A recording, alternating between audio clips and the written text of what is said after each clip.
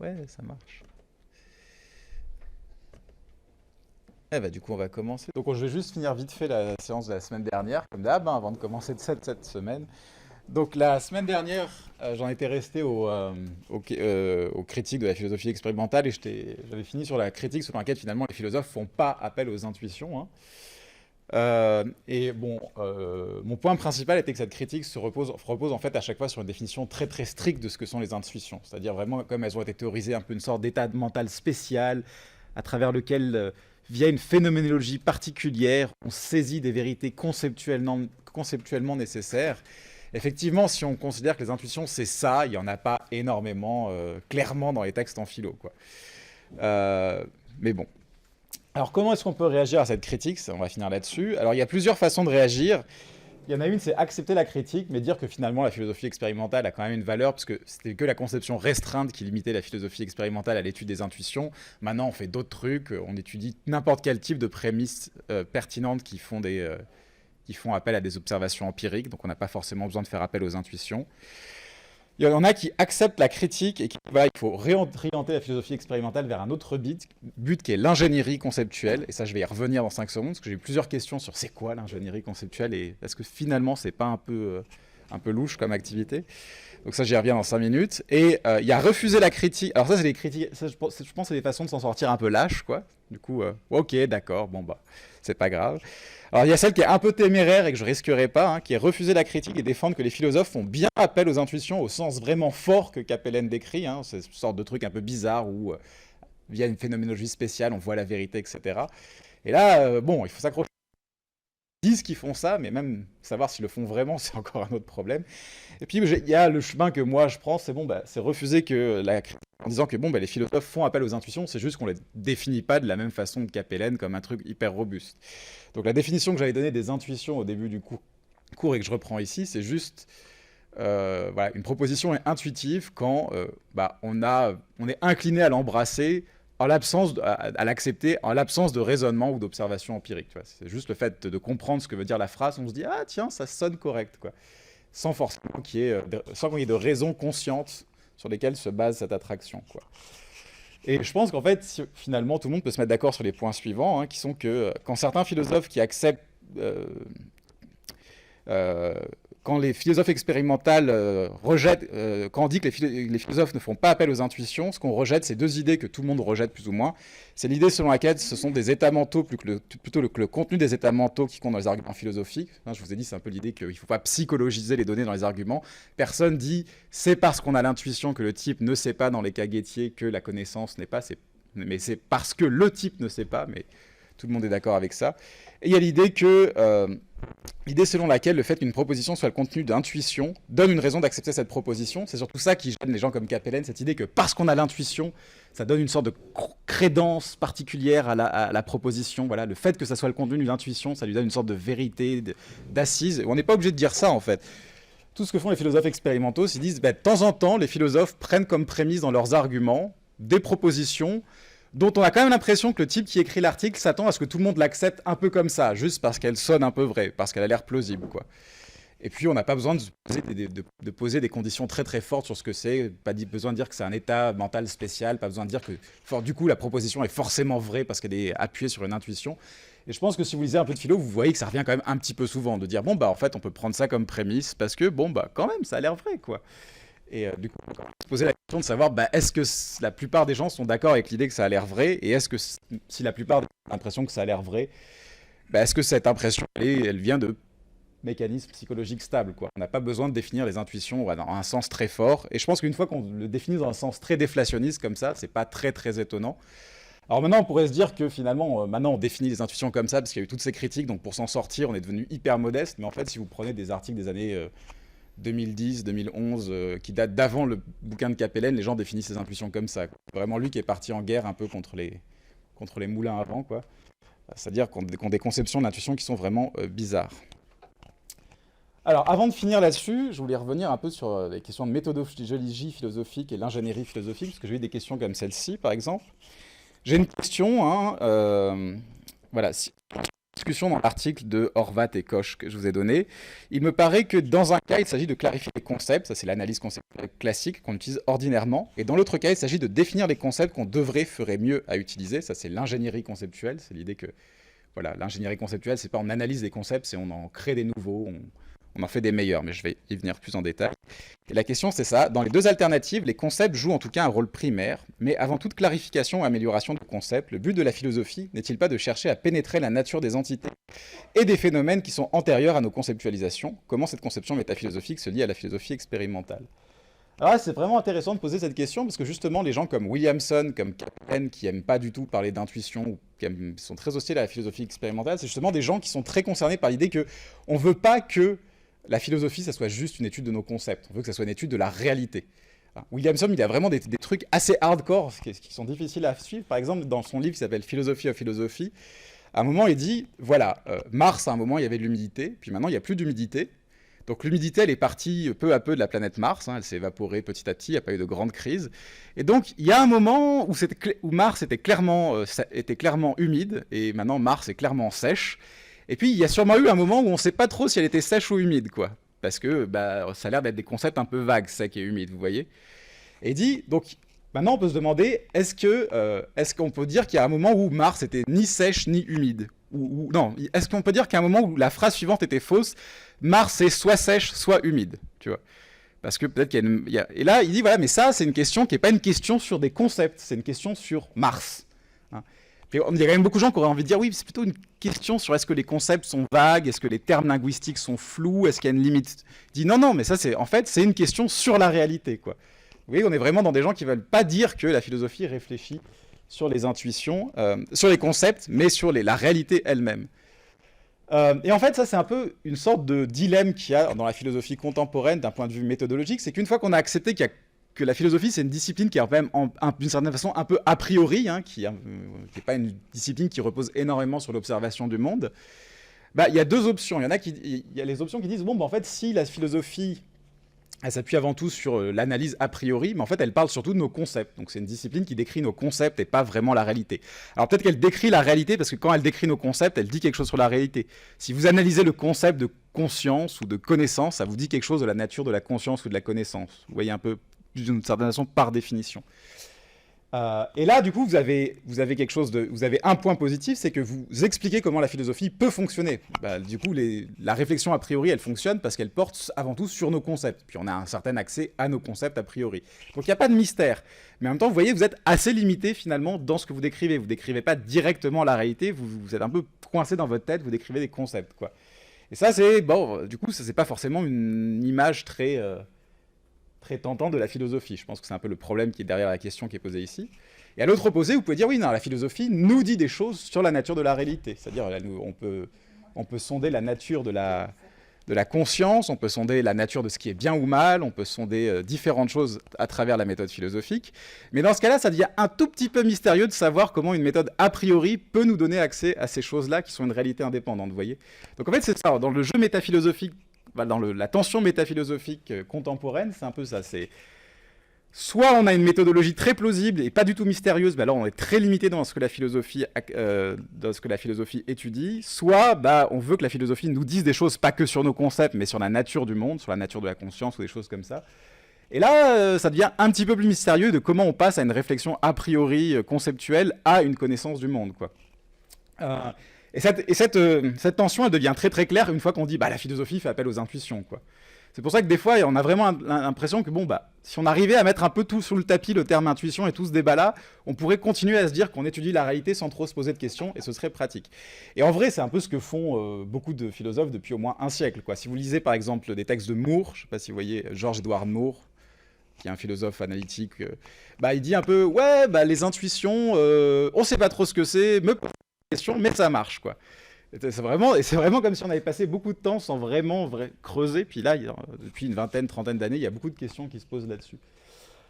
Et donc, comment la question métaphilosophique se lie à cette conception métaphilosophique se lie à la philosophie expérimentale? Je pense que la philosophie expérimentale, elle pose de toute façon un défi aux deux descriptions, quoi. Soit vous dites que vous accédez vraiment à une réalité, à la nature de la réalité extérieure par par la réflexion a priori et la philosophie expérimentale peuvent vous demander, oui, mais c'est quoi les mécanismes sous-jacents, quoi. En fait, c'est ça le problème. Même sans parler de variation, même sans parler de biais ni rien, c'est juste, oui, mais on aimerait savoir comment ça marche, quoi. Et puis là, ça devient un peu mystérieux. Et si vous êtes vraiment en idée, non, mais de toute façon, la philosophie ne fait que analyser mes concepts, j'analyse mes propres concepts à travers la réflexion a priori, bah là, la philosophie expérimentale te dit, bah oui, mais bon, en fait, est-ce que c'est pas mieux de le faire à grande échelle plutôt que de se baser sur juste toi, quoi. Parce que peut-être que toi, tes concepts sont un peu différents de ceux des autres, donc voilà.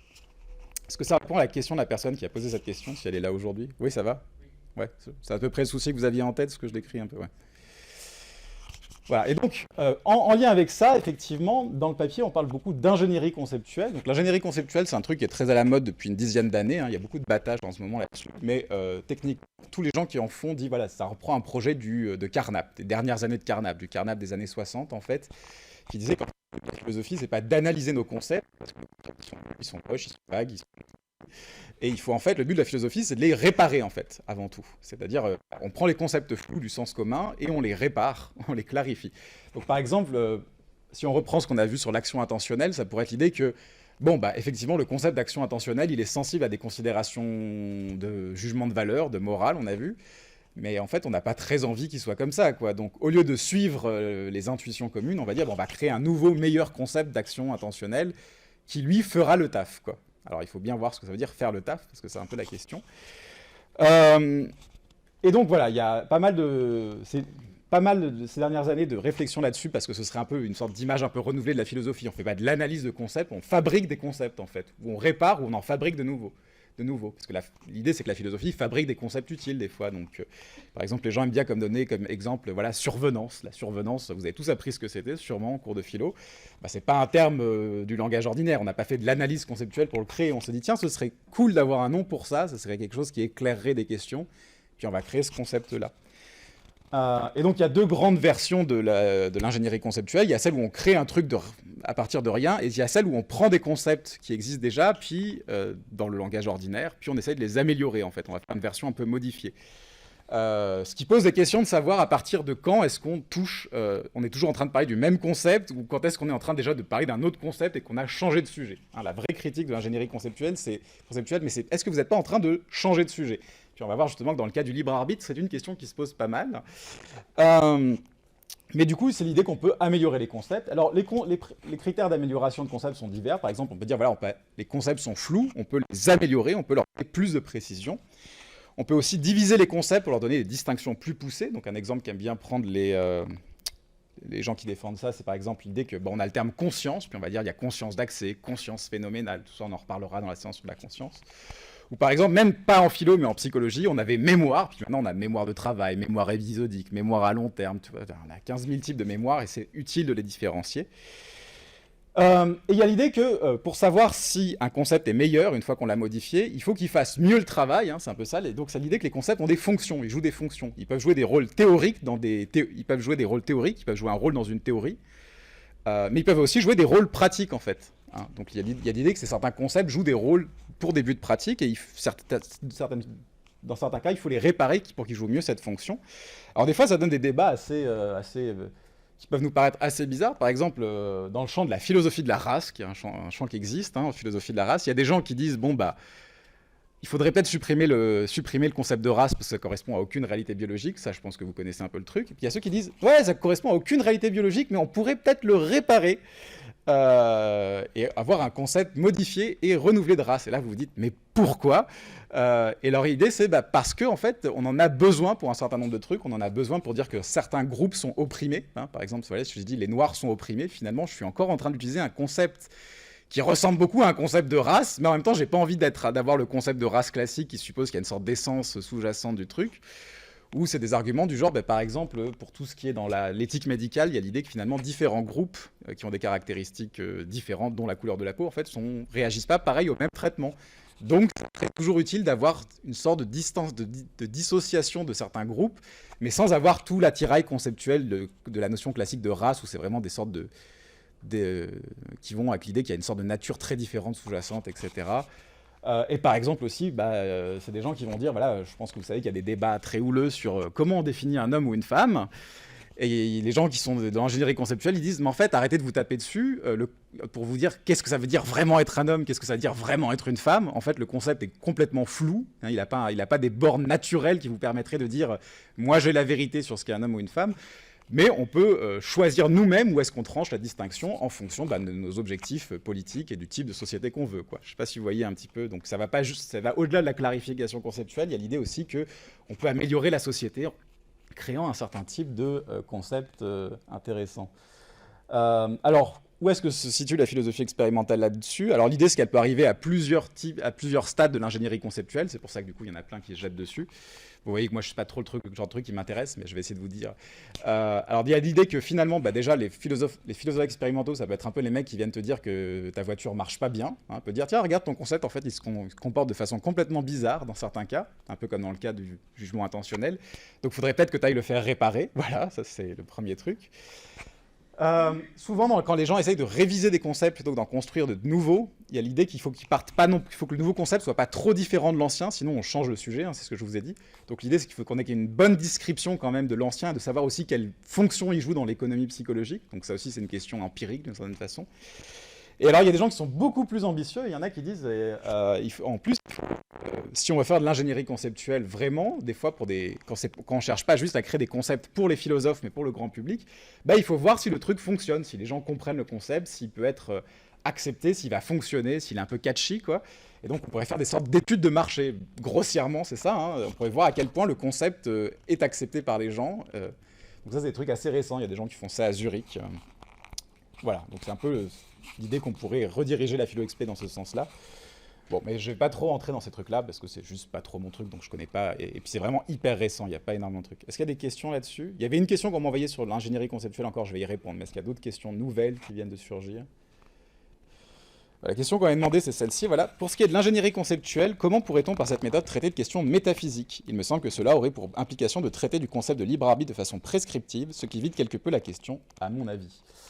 Et là, c'est le problème. C'est effectivement, il y a des questions pour lesquelles ça a l'air de se prêter bien. Par exemple, si vous cherchez une bonne description de l'esprit humain, vous pouvez vous dire finalement les concepts de désir, de croyance, de mémoire qu'on a dans le langage, dans la psychologie populaire, dans le langage populaire, ils gagneraient à être précisés pour mieux décrire l'esprit humain. Parce qu'en fait, on n'a pas une connaissance innée de l'esprit humain.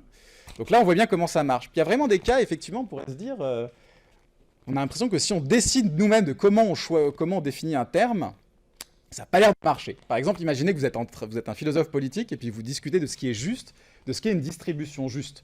Hein, vous vous battez vous discutez avec les gens qui ne sont pas d'accord avec vous dans la discipline. Vous dites, voilà, je pense qu'une distribution juste, c'est une distribution qui permet à chacun de subvenir à ses besoins. D'autres qui disent, non, je pense qu'une distribution juste, c'est une qui fait que chacun a quelque chose de proportionnel à sa contribution au bien. Enfin, vous voyez, un peu ce genre de débat.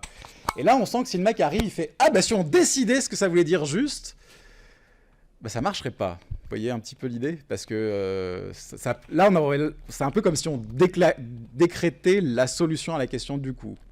Pour le libre arbitre, c'est probablement pareil. Enfin, moi, je dirais que c'est un peu pareil, parce que c'est une question, on verra, normative.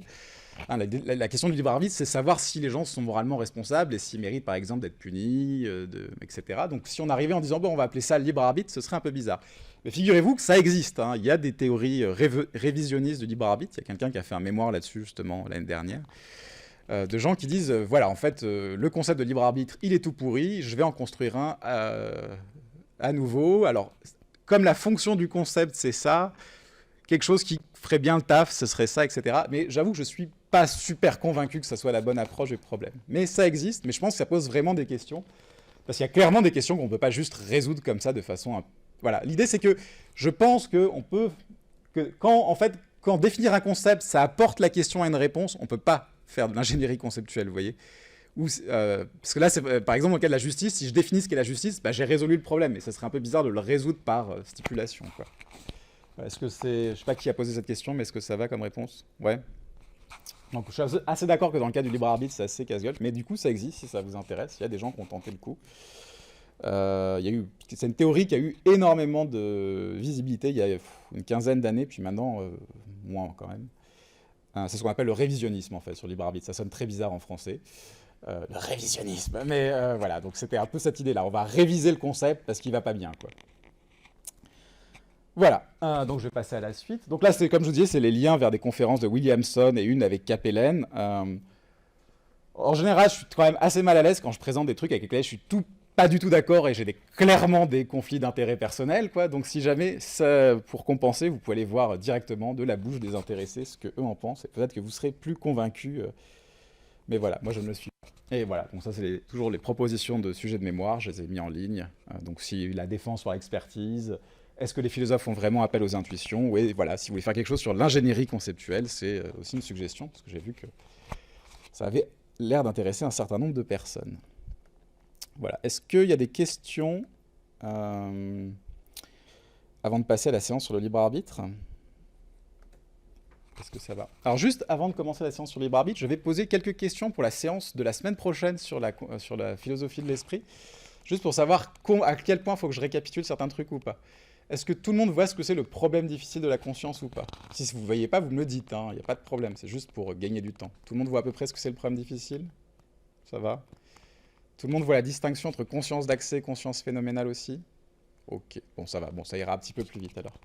Et le fonctionnalisme, attends, je tente ma chance un petit peu, tout le monde voit ce que c'est le fonctionnalisme aussi? Ok, bon bah on pourra passer plus vite sur ce côté-là.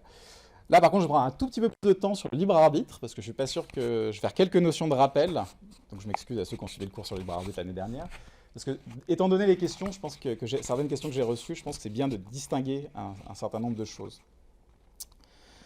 Alors, la question du libre arbitre en philosophie contemporaine. Donc, on est toujours parce qu'on parle de choses contemporaines. Donc, on s'inscrit dans le débat contemporain. Alors, ce qui est important de voir, c'est qu'en gros, il y a un peu deux littératures qui se croisent un petit peu, mais pas trop, sur le libre arbitre. Parce qu'il y a deux façons d'approcher le problème du libre arbitre en philosophie contemporaine. Et la plupart des expériences en philo expérimentale, elles se situent clairement dans une des deux branches. Alors, qu'est-ce que c'est les deux façons d'approcher le problème du libre arbitre? Mais il y a un problème qui est plus celui que vont prendre les gens qui travaillent en métaphysique ou en théorie de l'action. C'est l'idée que finalement, on va définir un peu libre arbitre comme un terme technique, en fait. On va dire, voilà, le libre arbitre, par exemple, c'est le pouvoir d'échapper au déterminisme ou d'être la source d'action indéterminée. Vous savez, souvent, ça va être défini en termes un peu métaphysiques lourds, la capacité à échapper au déterminisme. Et donc, dans ce cas-là, c'est une notion technique qui est construite par définition. On dit, voilà, ça c'est libre arbitre. On l'a défini de cette façon. Alors, des fois, ça peut être de façon un petit peu moins ambitieuse. C'est le pouvoir de faire autrement, aussi, vous trouvez dans la littérature. Et du coup, ça pose des questions, c'est est-ce que nous avons du libre arbitre? Maintenant qu'on a défini cette capacité de cette façon, est-ce qu'en fait, on remplit les conditions? Par exemple, si on a défini libre arbitre comme la capacité de choisir au sens radical, choisir au sens où on échappe au déterminisme, est-ce qu'on a le pouvoir d'échapper au déterminisme? Vous voyez, c'est une question qui se pose assez naturellement. Et une autre question qui va se poser, c'est aussi, finalement, à quoi bon avoir le libre arbitre? Parce qu'on a donné la nature du libre arbitre par définition. On a dit, voilà, par définition, le libre arbitre, c'est le pouvoir d'échapper au déterminisme. Mais finalement, voilà. Quelle sorte d'intérêts sont liés à cette notion? Vous pouvez avoir plein d'intuitions, par exemple, si on n'est pas libre, on n'est pas moralement responsable, par exemple. Mais vous voyez que ça, vous ne pouvez pas le supposer, parce que vous avez construit la définition du libre arbitre par définition. Donc, si vous dites, voilà, mais si on n'est pas libre, au sens où j'ai donné, on n'est pas moralement responsable, il faut quand même le démontrer, il faut un argument. Parce que quelqu'un peut dire, oui, vous avez défini le libre arbitre de cette façon, mais moi, je ne vois pas le lien avec la responsabilité morale. Est-ce que tout le monde est OK sur cette façon-là de poser le problème? Ouais.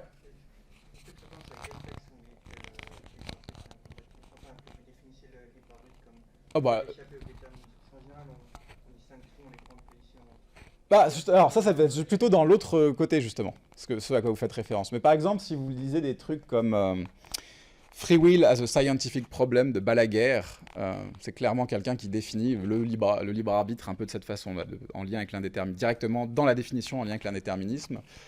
Ou si vous prenez même des gens comme Van Inwagen, c'est quelqu'un qui dit, voilà, le libre arbitre, c'est le pouvoir de faire autrement. Alors là, il se pose quand même la question de savoir comment on interprète pouvoir faire autrement. Donc c'est pas clair que ça soit forcément incompatible avec le déterminisme, mais il y a cette idée qu'on donne une sorte de définition du libre arbitre en un certain terme de faculté.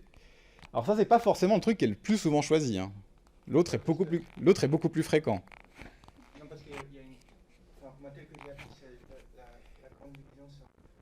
Ouais, ça j'y arrive. Ça, c'est si vous choisissez l'autre moitié. Mais vous voyez que si vous définissez libre arbitre comme une notion technique, cette question, elle se pose pas. Elle est donnée par définition. Est-ce que c'est compatible? Alors, pas forcément. Comme j'ai dit, il y a des gens qui donnent des définitions floues.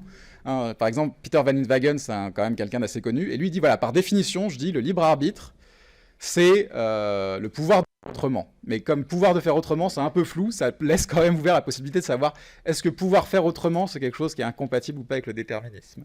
Vous voyez qu'il y a un peu cette idée qu'on le définit comme un certain type de pouvoir, et c'est donné comme un terme un peu technique, en fait. Ouais. Et il y a un autre type de littérature qui est plus celle qui correspond du coup au débat que vous mentionnez, et au débat dans lequel se situent les expériences que je vous ai données à lire, qui est plutôt l'idée qu'on approche la question du libre arbitre par des questions morales. Et souvent, l'idée, c'est que on définit le libre arbitre comme le type de contrôle nécessaire pour la responsabilité morale. Il y a l'idée que, effectivement, des fois, on va considérer que certaines personnes qui ont fait quelque chose de bien ou de mal ne sont pas moralement responsables pour leur action parce qu'il leur manque un certain degré de contrôle, vous voyez, sur leurs actions. Peut-être que c'est des personnes qui ont des troubles psychologiques, peut-être que c'est un enfant de 5 ans, peut-être que c'est un animal, enfin, vous voyez un peu l'idée. Et que elles ne méritent pas d'être punies aussi sévèrement, elles ne méritent pas le même type d'attitude négative qu'on aurait envers un adulte responsable, parce que il leur manque quelque chose, et il leur manque une certaine dose de contrôle, et ce contrôle, c'est ce qu'on va appeler le libre arbitre, vous voyez. Dans ce cas-là, vous avez un bénéfice, c'est que le lien entre le libre arbitre et la responsabilité morale, il est clair, il est donné plus ou moins par définition, vous voyez. C'est donné par définition. Mais le désavantage, c'est que vous ne savez pas trop ce que c'est le libre arbitre. Vous ne pouvez pas dire c'est le pouvoir d'échapper au déterminisme, c'est le pouvoir de faire autrement, parce que vous n'avez toujours pas prouvé que ces trucs-là étaient nécessaires pour la responsabilité morale. Est-ce que vous voyez un peu, la différence avec l'autre approche? Est-ce que tout le monde est OK là-dessus? Alors, il faut vraiment avoir ça en tête, parce que ça, c'est un peu le modèle idéal, mais souvent, en fait, les gens ne font pas toujours bien la délimitation entre les deux. Dans les pires des cas, ça donne des gens qui disent je vais appeler le libre arbitre. Souvent, par exemple, dans des écrits très populaires sur le libre arbitre, vous avez un peu le type qui commence par définir le libre arbitre, c'est le pouvoir d'échapper au déterminisme. Ok, tu vas donner une définition stipulative du déterminisme, ok. Et qui va dire ensuite, ça, c'est pas compatible avec ce qu'on sait scientifiquement, le déterminisme est vrai, enfin, vous voyez un peu ce genre d'argument, donc on n'a pas de libre arbitre. Ok, jusque-là, ça va. Et conclusion immédiate, du coup, nous ne sommes pas moralement responsables. Et là, tu dis, il manque une étape, quoi. C'est parce qu'en fait, il y a une sorte de double stipulation. Il y a une première stipulation qui est que le libre arbitre, c'est ça, c'est le pouvoir d'échapper au déterminisme. Et une deuxième stipulation qui est que si on n'est pas libre, on n'est pas moralement responsable. Mais vous voyez que autant faire une stipulation, ça va, autant faire deux stipulations, c'est tricher dans ce cas-là. Du coup, parce que vous ne pouvez pas juste décréter que il faut échapper au déterminisme pour être moralement responsable. Ça, c'est une question substantielle, c'est pas une question de définition, quoi.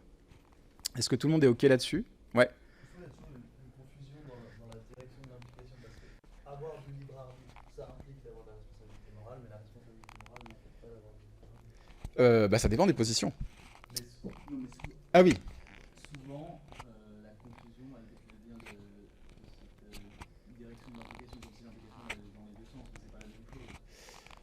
Oui, l'idée c'est que si vous êtes libre, vous n'êtes pas forcément moralement responsable. Il peut y avoir d'autres facteurs qui viennent bloquer votre responsabilité morale. Il suffit pas d'être libre. Donc Si le libre arbitre existe en termes de possibilités alternatives et qu'au moment de l'action, on n'avait pas de contraintes externes, on devrait être moralement responsable. Non, parce que, par exemple, imaginez que vous faites quelque chose, vous êtes complètement libre. Voilà, par exemple, imaginez on vous a demandé de vous occuper de votre petit cousin, et vous choisissez ce que vous avez à donner ce que vous allez lui donner pour le goûter, là, dans le placard. Vous êtes complètement libre, et là, il meurt. Parce que vous lui avez donné un truc auquel il était allergique, mais personne ne savait qu'il était allergique à ça. C'est complètement nouveau, personne ne savait que ça avait été rajouté aux ingrédients du biscuit que vous lui avez donné. Vous êtes complètement libre, vous n'avez pas de contraintes, mais en fait, vous n'êtes pas moralement responsable parce qu'il y a un autre type de conditions pour la responsabilité morale qui n'est pas remplie, qui sont ce qu'on appelle les conditions épistémiques. Vous ne saviez pas que ça allait avoir ces conséquences, vous voyez? Oui, bien sûr. Ah voilà. On est dans un acte clair d'immoralité. Ce que je veux dire, c'est qu'on pourrait argumenter, il y a des gens qui argumentent des fois, mais s'il n'y a pas de possibilité alternative, même si je décide volontairement de tuer X, eh bien, du coup, je suis moralement responsable d'avoir tué X, et puis du coup, en fait, ce qui va définir la moralité, c'est juste la donnée, est-ce que le libre arbitre, c'est possibilité alternative, oui ou non? Ouais. Du coup, dans ce sens-là, à chaque fois si on a du libre arbitre, en termes de disposition, on est dans un moment où on agit avec libre arbitre et qu'il n'y a pas de... Alors, encore une fois, non, parce que quelqu'un dira, par exemple, beaucoup de gens diront, c'est par exemple les actes complètement neutres, genre boire un verre d'eau, ça a un sens de dire que vous le faites librement, mais ça n'a pas un sens de dire que vous êtes un être moralement responsable, parce que c'est pas un truc sur lequel on pourrait dire de la moralité.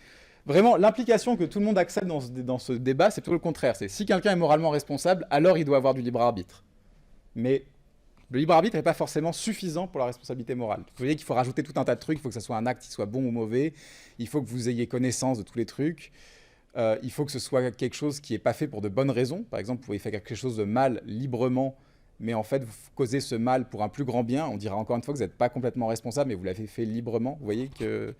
Donc vraiment, le truc qu'on accepte, vraiment ce qui est donné dans cette définition, c'est si quelqu'un est moralement responsable, il a le libre arbitre, parce que le libre arbitre est une condition nécessaire pour la responsabilité morale. Voilà. Est-ce que ça va comme ça? Voilà, donc... et dans ce cas-là, du coup, se pose la question de savoir, du coup, c'est quoi le libre arbitre? Parce que de l'autre côté, c'est donné un peu par la définition que vous fixez au début. Il y a certains auteurs qui font ça, qui disent moi, je vais appeler ça libre arbitre. Beaucoup de gens qui sont en métaphysique, quand ils écrivent sur le libre arbitre, c'est ça qui les fait triper, tu vois. Ils disent voilà, la possibilité que l'être humain échappe au déterminisme, comment ça fonctionnerait d'un point de vue métaphysique? Oui, donc je sais qu'il y a des gens qui définissent le libre arbitre autrement, mais ça ne m'intéresse pas. Moi, ce qui m'intéresse, c'est ce truc-là, quoi. Donc je définis libre arbitre comme la possibilité d'échapper au déterminisme, et j'essaie de voir comment métaphysiquement ça pourrait fonctionner, vous voyez. Ça ne veut pas dire qu'il pense que ce que les autres font n'a pas d'intérêt, c'est juste que lui, ce qui l'intéresse, c'est le libre arbitre au sens un peu maximaliste d'échapper au déterminisme, vous voyez. Mais la plupart du débat sur le libre arbitre, elle se situe de l'autre côté, un peu cette idée, bon, ben, on a ancré le libre arbitre comme ce qui est nécessaire pour la responsabilité morale, le type de contrôle nécessaire pour la responsabilité morale, et du coup, il y a plein de positions possibles qui s'ajoutent, en fait. Vous pouvez penser que la responsabilité morale, en fait, elle est compatible, par exemple, avec le déterminisme.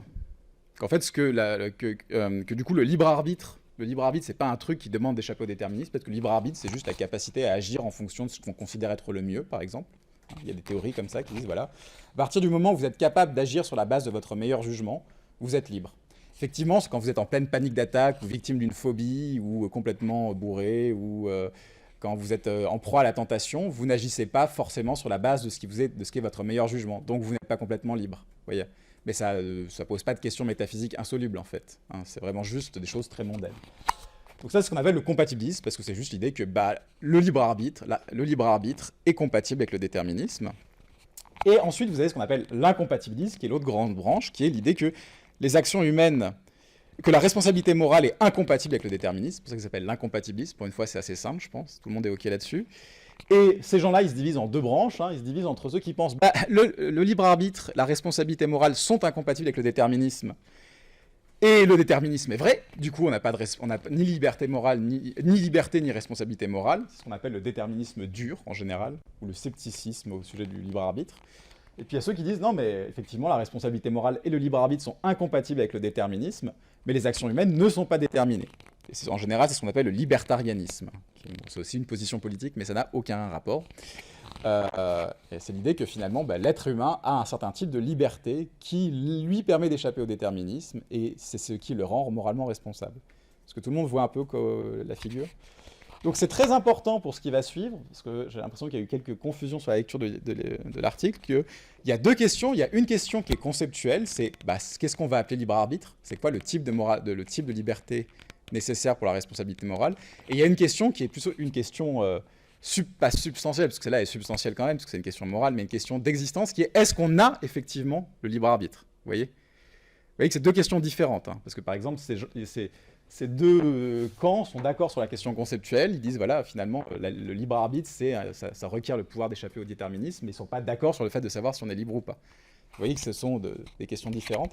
Donc l'article que je vous ai donné, et la plupart du débat en philosophie expérimentale, elle porte d'abord sur la question conceptuelle. C'est qu'est-ce qu'on appelle libre arbitre, quoi. Quel type de libre arbitre, quel type de contrôle est nécessaire pour la responsabilité morale ? Est-ce que ça va jusque-là ? Est-ce que tout le monde est au clair là-dessus ? C'est pas encore trop confus, parce que ça va devenir pire après. Non, mais n'hésitez pas. Oui, hein ? Alors, c'est très intéressant, parce que Spinoza, en France, par exemple, il est très lu comme un compatibiliste. À l'étranger, il est très lu comme un déterministe dur, et je pense que Spinoza est un déterministe dur. Alors, pourquoi est-ce qu'on lit souvent Spinoza comme un compatibiliste ? Parce qu'il y a un peu cette idée, il dit, voilà, on est tous déterminés, on a l'illusion, comme la feuille dans le vent, enfin, vous connaissez tous les passages, hein, etc. Toutes les actions humaines sont déterminées. Et ensuite, il dit, mais on a un certain type de liberté, qui est la liberté qu'on gagne en connaissant comment nos actions sont déterminées, etc., etc. Mais par contre, si vous regardez ce que Spinoza écrit sur la responsabilité morale, il écrit très clairement que finalement, on n'est pas moralement responsable au sens classique, en fait. quand il écrit sur la punition, il dit voilà, il faut punir les gens parce que ça les motive à plus faire les crimes. Mais il dit lui-même dans certains textes que c'est pas la même justification que la justification classique. On punit pas les gens parce qu'ils les méritent, mais parce que c'est efficace, vous voyez. Il y a cette idée que la vision classique, on punit les gens parce qu'ils sont libres et on les mérite, elle est fausse pour Spinoza. Et en fait, la plupart des déterministes durs d'aujourd'hui, en fait, ont des positions de ce genre-là. Ils disent pas il faut pas punir les gens. Ils disent voilà, il faut punir les gens, mais parce que c'est efficace, parce que ça sert, pas parce qu'ils l'ont mérité, et des choses comme ça, vous voyez. Donc il y a l'idée qu'il donne le nom de liberté à quelque chose, Spinoza, mais qui est profondément différent de ce qu'est la liberté que quelqu'un comme Descartes pourrait définir. Est-ce que ça vous va comme ça, comme justification? Alors là c'est Épicure et Saint-Augustin. Là, je pense que c'est assez clair. C'est Nietzsche et Spinoza. Là c'est Hume et ça c'est Zénon, le fondateur du stoïcisme. Parce que les stoïciens sont les premiers compatibilistes. Parce que là, vraiment, on n'a pas le temps de faire de l'histoire du truc, ce serait un autre cours, mais on va dire le débat entre compatibiliste et incompatibiliste, le premier clash fondamental, c'est entre les épicuriens et les stoïciens, en fait. Les stoïciens pensent que le monde est complètement déterminé, que tout arrive par un enchaînement, mais ils disent, t'es totalement libre. Les épicuriens disent, ah non, mais si le monde était déterminé, alors on serait plus libre, etc., ce serait horrible, donc ils supposent qu'il y a du hasard dans l'univers, etc. C'est un peu différent du concept moderne quand même. Il y a des différences. Pour les épicuriens, c'est vraiment l'univers en entier qui est aléatoire. C'est pas juste l'être humain qui échappe au déterminisme, quoi. Pour eux, c'est le monde entier qui est stochastique, quoi. Mais est-ce que ça va comme ça? Alors Conatus, c'est Spinoza. Chez les épicuriens, il y a ce qu'on appelle le clinamen. C'est l'idée que oui, il y a des déviations aléatoires dans les atomes. Qui est un concept qui est introduit par les épicuriens, pas juste pour sauver la liberté humaine, mais aussi pour... leur idée, c'est que les atomes tombent dans un vide infini, et ils tombent en ligne droite. Donc en fait, s'il ne se passait rien, il y aurait juste une pluie d'atomes, puis les atomes ne rentreraient jamais en contact pour former des choses. Donc il faut qu'à un moment, les atomes commencent un peu à dévier de façon aléatoire pour se rentrer les uns dans les autres, afin de former des objets plus gros, quoi. Là, c'est le moment du coup où mon ordinateur s'est éteint et l'enregistrement s'est arrêté, tout simplement parce que mon chargeur marchait plus. Donc encore une fois, je vais réenregistrer la suite du cours. Donc nous en étions aux remarques introductives sur le libre arbitre. Et jusque-là, j'ai parlé de libre arbitre et de déterminisme, mais j'ai pas bien défini ce qu'était le déterminisme. Alors, qu'est-ce que c'est le déterminisme? Alors en général, on parle de système déterministe. On dit que le déterminisme est vrai pour un système donné, le système pouvant être l'univers ou une partie de l'univers. Et donc un système est déterministe si l'état du système à n'importe quel moment t et les règles qui régissent ce système, combinées, font en sorte qu'il n'y a qu'un seul état possible dans le futur à tout moment t plus x. Donc l'idée d'un système déterministe, c'est un système qui est tel que ces règles font que, étant donné l'état du système à un moment donné, il n'y a qu'un seul état futur possible. Il n'y a pas de hasard. Donc, par exemple, ici, sur la diapo, il y a un exemple de système déterministe. Donc, il faut imaginer que les carrés en bas, là, ici, représentent un même système à différents moments, à T1, T2, T3, T4, T5. Et ce système, il est régi par des règles assez simples. C'est un monde dans lequel il y a juste des boules, et ce qui compte, c'est le nombre de boules. À chaque moment... Entre chaque état du système, le nombre de boules est dédoublé. Donc là, on passe de 2 à 4. Donc ça, c'est la première loi qui régit ce système. Et la deuxième loi du système, c'est que si à un moment donné, le nombre de boules est supérieur à 5, à l'instant d'après, le nombre de boules revient à 1. Donc vous voyez, 2, 4, 8, 1, 2. Et selon ces règles, étant donné ces règles, vous voyez qu'à chaque moment, il n'y a qu'un seul futur possible. Par exemple, un système indéterministe, ce serait... Par exemple, que quand le nombre de boules est supérieur à 5, il y a une chance sur 2 que le nombre de boules revienne à 1 et une chance sur 2 pour que le nombre de boules revienne à 3. Ce serait un système indéterministe. Mais ici, c'est un système complètement déterministe. Si vous connaissez l'état du système, par exemple là il y a 8 boules, et si vous connaissez les règles, vous savez exactement ce qui va se passer à l'état d'après. Donc l'idée que le monde est déterministe, c'est que le monde est un système de la même façon. C'est-à-dire que les lois qui régissent le monde sont assez stables, sont assez précises pour que si vous connaissiez l'état du monde, étant donné l'état du monde à un moment donné et ses règles, il n'y a qu'un seul futur possible. Et donc, la question c'est de savoir si on suppose que le monde est déterministe dans ce sens-là, ce qui a été supposé déjà dans l'Antiquité par les stoïciens, mais ce qui était devenu plus ou moins une évidence pour beaucoup de gens à partir du XVIIe, XVIIIe siècle et la naissance de la physique moderne. est-ce que la liberté et la responsabilité morale peuvent exister? Est-ce que la liberté et la responsabilité morale sont compatibles avec le déterminisme en ce sens-là? Donc vous voyez qu'il y a deux questions bien différentes, hein, c'est ce que je disais. Il y a une question qui est celle de la question définitionnelle, la question conceptuelle. C'est quoi le libre arbitre, hein? Pour répondre à la question est-ce que le libre arbitre est compatible avec le déterminisme, la question n'est pas de savoir si on est libre, c'est la question c'est quoi la liberté. Donc c'est une question qui est conceptuelle, c'est pas une question d'existence. Et c'est à distinguer de la question d'existence, est-ce que on est libre, qui est une question qui ne peut pas se régler uniquement conceptuellement par l'observation. Par exemple, disons que à la question définitionnelle, on répond voilà la liberté, le libre arbitre, c'est la capacité à être la source non causée de ses propres actions. Cette définition de la liberté, elle suppose qu'en fait on n'est pas causé à agir par ce qui précède, donc elle est incompatible avec le déterminisme. Mais une fois qu'on a posé cette question-là, on ne peut pas y répondre conceptuellement. Il faut aller étudier effectivement si les humains ont le pouvoir d'échapper au déterminisme. Alors bien sûr, c'est un peu compliqué de voir comment on pourrait faire ça, mais il y a des gens qui pensent qu'on peut le faire. Et donc il faut vraiment distinguer la question conceptuelle, c'est quoi le libre arbitre, qu'est-ce qu'on va appeler le libre arbitre, de la question d'existence. Hein, est-ce qu'on a ce libre arbitre? Et ici, je vais me concentrer principalement sur la question définitionnelle, parce que c'est celle dans laquelle les intuitions jouent un rôle. Et donc ça amène à une question qui a été posée. Hein. Quel est le lien entre les intuitions et les théories du libre arbitre? Pourquoi les intuitions seraient importantes pour le libre arbitre? La réponse est, si on se pose la question de savoir si le libre arbitre existe et qu'on a déjà une définition, les intuitions, on s'en fout. Hein. Et ce qui compte, c'est d'aller d'observer le monde, c'est d'aller observer vraiment comment fonctionne l'agentivité humaine, quels pouvoirs les humains ont, et s'ils ont bien les pouvoirs qu'on a appelés libre arbitre.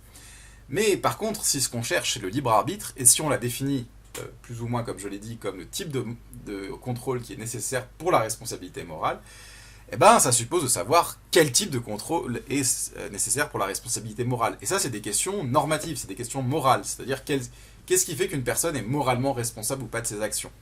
Et ça, c'est pas quelque chose qu'on peut faire de façon empirique, scientifique, en allant étudier l'action humaine. L'action humaine nous dit comment agissent ces êtres humains, ne nous dit pas si leur comportement remplissent les critères pour être moralement responsables. Donc comment est-ce qu'on va discuter, comment est-ce qu'on va trancher la question de savoir quel est le type de contrôle nécessaire pour la responsabilité morale? Eh ben, on va utiliser les méthodes qu'on utilise en philosophie morale, c'est-à-dire on va utiliser un certain nombre d'intuitions. Donc, par exemple, je vais prendre un exemple pour illustrer ça de façon plus concrète, un argument très classique en faveur de l'idée selon laquelle le déterminisme est incompatible avec la responsabilité morale et donc incompatible avec le libre arbitre. Un argument qui a beaucoup occupé les philosophes pendant au moins la première moitié du XXe siècle jusqu'à la fin des années 60, c'est l'argument du principe des possibilités alternatives.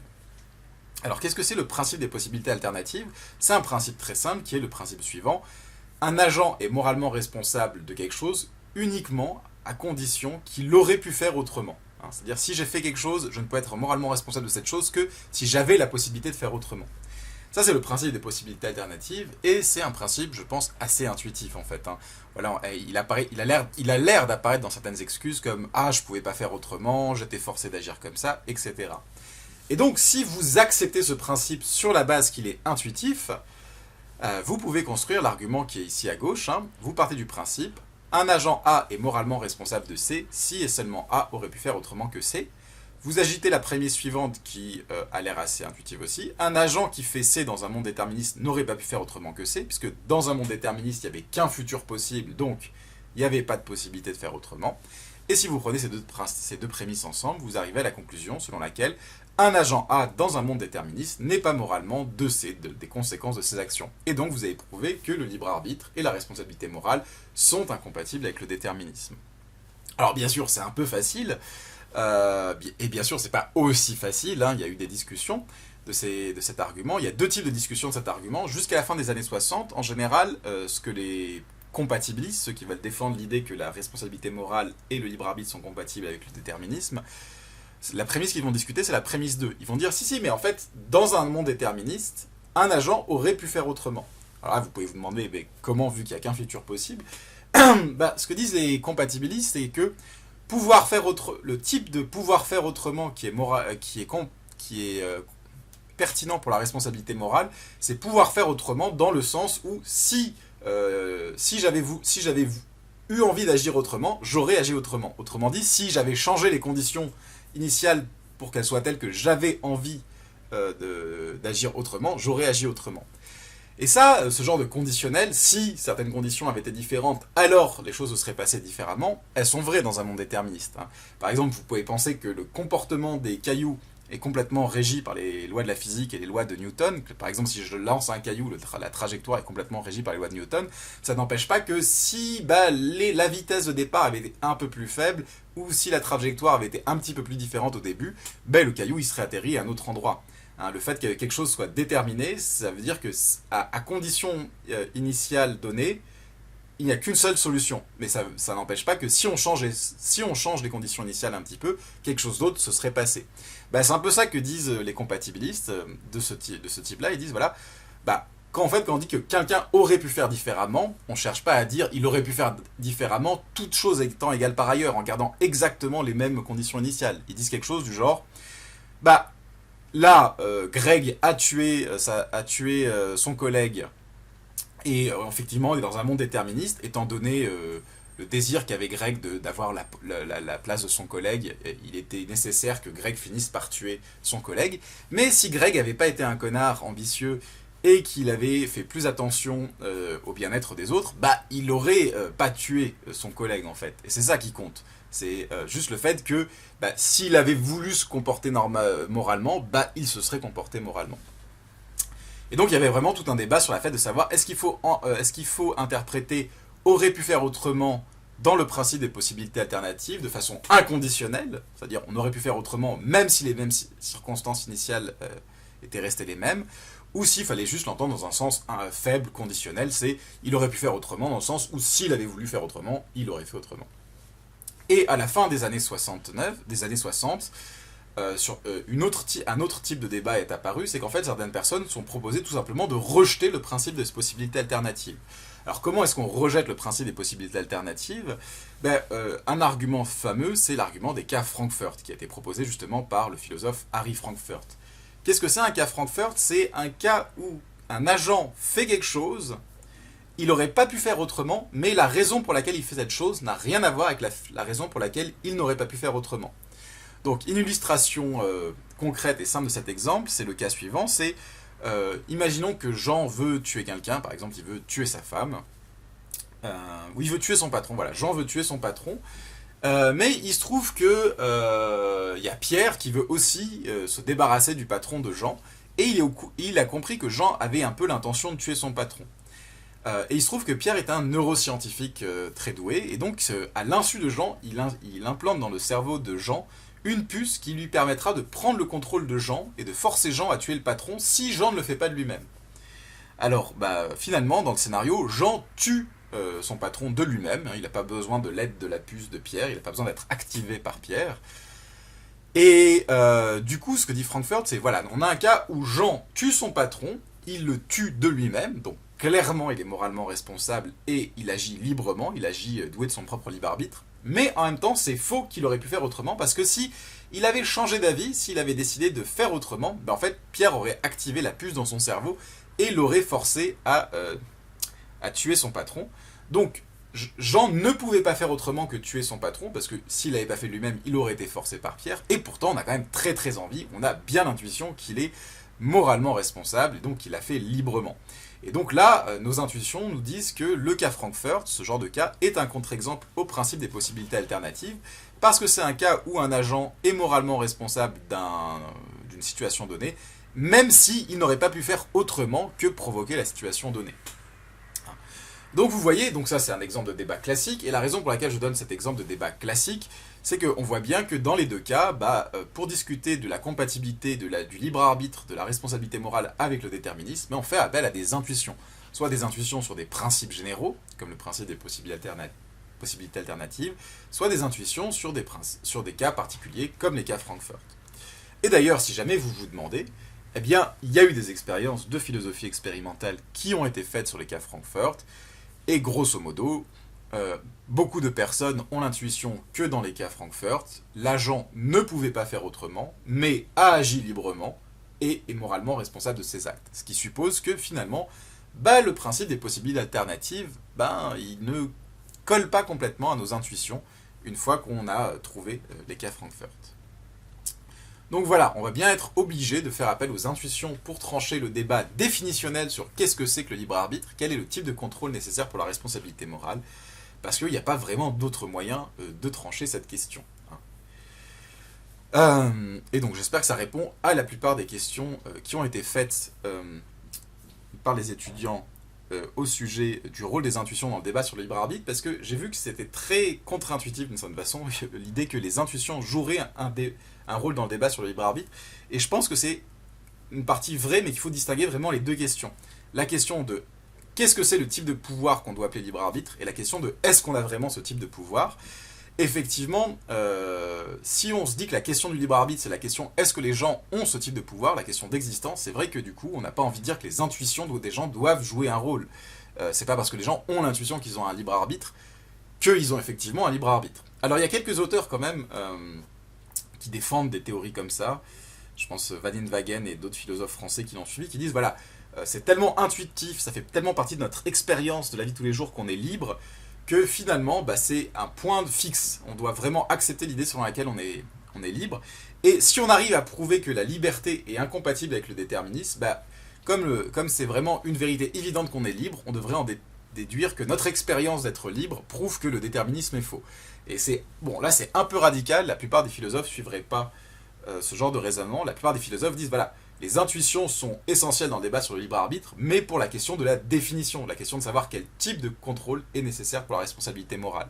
Pas pour la question d'existence, parce qu'on peut supposer que les gens ont plein de raisons de se tromper sur le fait de savoir s'ils ont oui ou non du libre arbitre. Par exemple, on pourrait penser que c'est du wishful thinking, les gens voudraient avoir envie d'être libres et se diraient, ils pourraient s'illusionner sur la question. Mais voilà, donc il y a quand même un rôle très important des intuitions dans le débat sur le libre arbitre, pour ce qui est du côté de la définition, de se fixer sur quel est le type de contrôle dont on parle. Et donc maintenant, on va rentrer dans le débat, dans la littérature, en philosophie expérimentale. Et on va déjà commencer par un premier type de question, c'est l'incompatibilisme est-il naturel, pas au sens biologique, mais au sens intuitif. Et ça, c'est une question que se sont beaucoup posées les philosophes expérimentaux. Il y a une très très grosse littérature en philosophie expérimentale sur le libre arbitre, mais la plupart de cette littérature s'est concentrée sur la question qui a été la question du compatibilisme naturel versus l'incompatibilisme naturel. C'est-à-dire la question directe. C'est est-ce que les gens ont directement l'intuition que le libre arbitre et le déterminisme sont incompatibles? Alors vous allez me dire qu'est-ce que c'est l'intuition directe? C'est quoi une intuition indirecte? Par exemple, si vous proposez un argument comme l'argument selon lequel si on accepte le principe des possibilités alternatives, alors ça implique que le déterminisme est faux, on pourrait dire que si les gens acceptaient le principe des possibilités alternatives, si c'était intuitif pour les gens que le principe des possibilités alternatives est vrai, ils auraient une intuition qui est incompatible avec l'idée selon laquelle la responsabilité morale est le déterminisme, une intuition qui implique que la responsabilité morale est incompatible avec le déterminisme, mais ils pourraient ne pas en avoir conscience. Ils pourraient penser, oui, la responsabilité morale, c'est compatible avec le déterminisme, mais on pourrait leur dire, oui, mais tu acceptes le principe des possibilités alternatives, et ça, indirectement, ça montre qu'il n'y a pas de compatibilité. Donc, ce qu'on appelle les intuitions indirectes, c'est que les gens acceptent intuitivement un principe ou des intuitions sur un cas qui, si on leur dont on peut montrer par un raisonnement qu'elles impliquent le déterminisme et la responsabilité morale et le libre arbitre sont incompatibles. Mais là, c'est pas du tout ça. La plupart des études qui ont été faites par les philosophes expérimentaux cherchent pas à savoir si les gens trouvent telle prémisse intuitive qui impliquerait ça. Ils cherchent vraiment à savoir si intuitivement les gens trouvent que le déterminisme est incompatible avec la responsabilité morale. Et donc c'est vraiment là-dessus que se joue la plupart du débat en philosophie expérimentale. Alors comment on fait pour voir si les gens pensent que le libre arbitre est incompatible avec la responsabilité morale? Alors il y a deux types de techniques, une qui est assez peu utilisée, mais dont je vais parler en premier, et une qui est beaucoup plus utilisée, qui fait vraiment le cœur du débat. La premier type de méthode qui est utilisée, ce sont des méthodes qualitatives, des méthodes dans lesquelles on va demander juste aux gens de définir dans leurs propres mots ce qu'est le libre arbitre. Donc là vous avez deux exemples d'articles qui font ça. C'est-à-dire, on dit voilà aux gens, définissez-moi ce que c'est, dans vos propres mots, ce que c'est le libre arbitre. Donc les gens donnent une réponse, ils écrivent une ou deux phrases, des fois un paragraphe, selon leur bonne volonté, selon ce qu'ils ont envie de raconter. Puis après, voilà, les chercheurs, et souvent des étudiants, doivent plonger à l'intérieur de ce qu'ont écrit les participants pour essayer de les décortiquer et les ranger dans différentes catégories. Voilà, par exemple, tel participant a parlé de ça, il a parlé de ça, il a défini de telle façon, etc. Bon, ce que montrent ces recherches, c'est assez consensus. Il y a vraiment un consensus, on obtient un peu toujours le même résultat. Moi-même, j'ai fait des recherches comme ça, puis on obtient souvent le même résultat. C'est-à-dire que, avant tout, les gens définissent le libre arbitre en termes de capacité à prendre une décision ou un choix. Ensuite, il y a l'idée que ça, c'est vraiment le cœur. Après, il y a des gens qui vont définir le libre arbitre comme la capacité de faire ce qu'on veut. Hein. Et par exemple, des fois, ça veut dire que, il y a des gens qui vont dire, voilà, par exemple, si vous êtes forcé de faire tel travail que vous n'aimez pas pour vous nourrir, pour nourrir votre famille, hein, ce qui est le cas de beaucoup de gens, en fait, vous n'avez pas vraiment de libre arbitre, parce que vous ne faites pas ce que vous voulez. Hein, et il y a aussi l'idée que agir librement, avoir du libre arbitre, c'est agir sans être contraint, sans avoir des contraintes internes, c'est-à-dire, je sais pas, une addiction, la flemme, etc., ou des contraintes externes, c'est-à-dire des gens qui vous forcent à faire des choses contre votre gré. Voilà, c'est les 3 grands types de définitions. Et les gens qui ont fait ces études, ils disent, voilà, mais en fait, quand on demande aux gens de parler du libre arbitre, on voit que finalement les gens se définissent le libre arbitre en termes très concrets, hein, d'attitudes très concrètes. Il n'y a pas de référence à échapper au déterminisme ou être la source ultime de ses actions.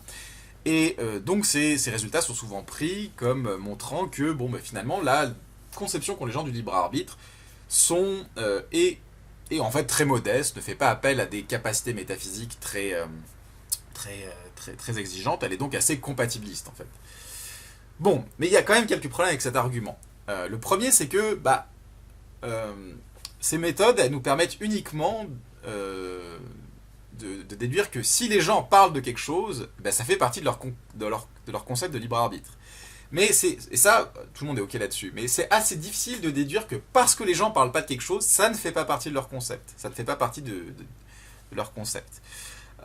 Parce qu'en fait, ça pourrait être des choses que les gens ignorent, parce que les gens ne sont pas toujours au clair sur leur concept. Ça pourrait être des choses dont ils ne considèrent pas qu'il est important de parler, peut-être que c'est pas central, peut-être qu'effectivement leur concept de libre arbitre est incompatible avec le déterminisme, mais en général, à part les philosophes et certaines personnes, il n'y a pas beaucoup de gens pour que ça inquiète vraiment, quoi. Donc c'est pas vraiment de ça dont ils ont envie de parler avant tout. Et on a des exemples où ce que disent les gens ont l'air de pas... quand on demande aux gens de rapporter des choses, il y a quand même des choses qui sont passées sous silence qu'on peut découvrir ensuite.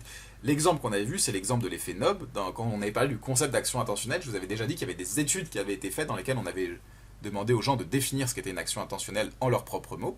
Ça avait fait ressortir quelques traits de l'action intentionnelle, hein, du genre il faut qu'une action intentionnelle, ça soit une action qui est basée sur un désir, sur une intention, où la personne soit au courant de ce qu'elle fait.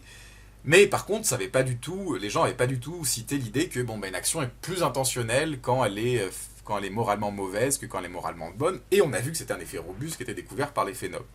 Donc voilà, effectivement, les gens ne citent pas de capacités métaphysiques très exigeantes quand ils définissent le libre arbitre, ils citent juste des choses très mondaines, comme être la capacité à faire des choix, des décisions, mais ça ne veut pas dire qu'ils sont forcément compatibilistes, parce que ça pourrait être des choses qu'ils ignorent ou dont ils ne parlent pas. Un autre problème de l'argument selon lequel on peut déduire de ces résultats que les gens sont compatibilistes, qu'ils n'ont pas une conception du libre arbitre qui demande d'échapper au déterminisme, c'est que finalement les gens définissent avant tout le libre arbitre comme la capacité à faire des décisions et à faire des choix, et on pourrait se dire mais peut-être qu'en fait leur concept de décision et leur concept de choix est incompatibiliste, parce que ce qu'ils entendent par un choix, c'est un vrai, c'est pas juste l'acte mental de faire un choix, c'est le fait d'avoir un choix au sens métaphysique, plusieurs possibilités ouvertes, quoi. Donc voilà, c'est très intéressant, mais ça règle pas vraiment la question. Et surtout, c'est un problème selon moi de ces approches, c'est qu'elles demandent aux gens de définir le libre arbitre, c'est-à-dire le free will en anglais. Et je suis pas du tout sûr que ça soit une bonne idée de se baser sur la façon dont les gens utilisent le mot free will. Alors pourquoi ? Déjà parce que le mot free will, il existe. L'expression, elle n'existe pas vraiment, elle n'a pas vraiment de sens dans beaucoup de langues en fait. Elle a un sens en anglais.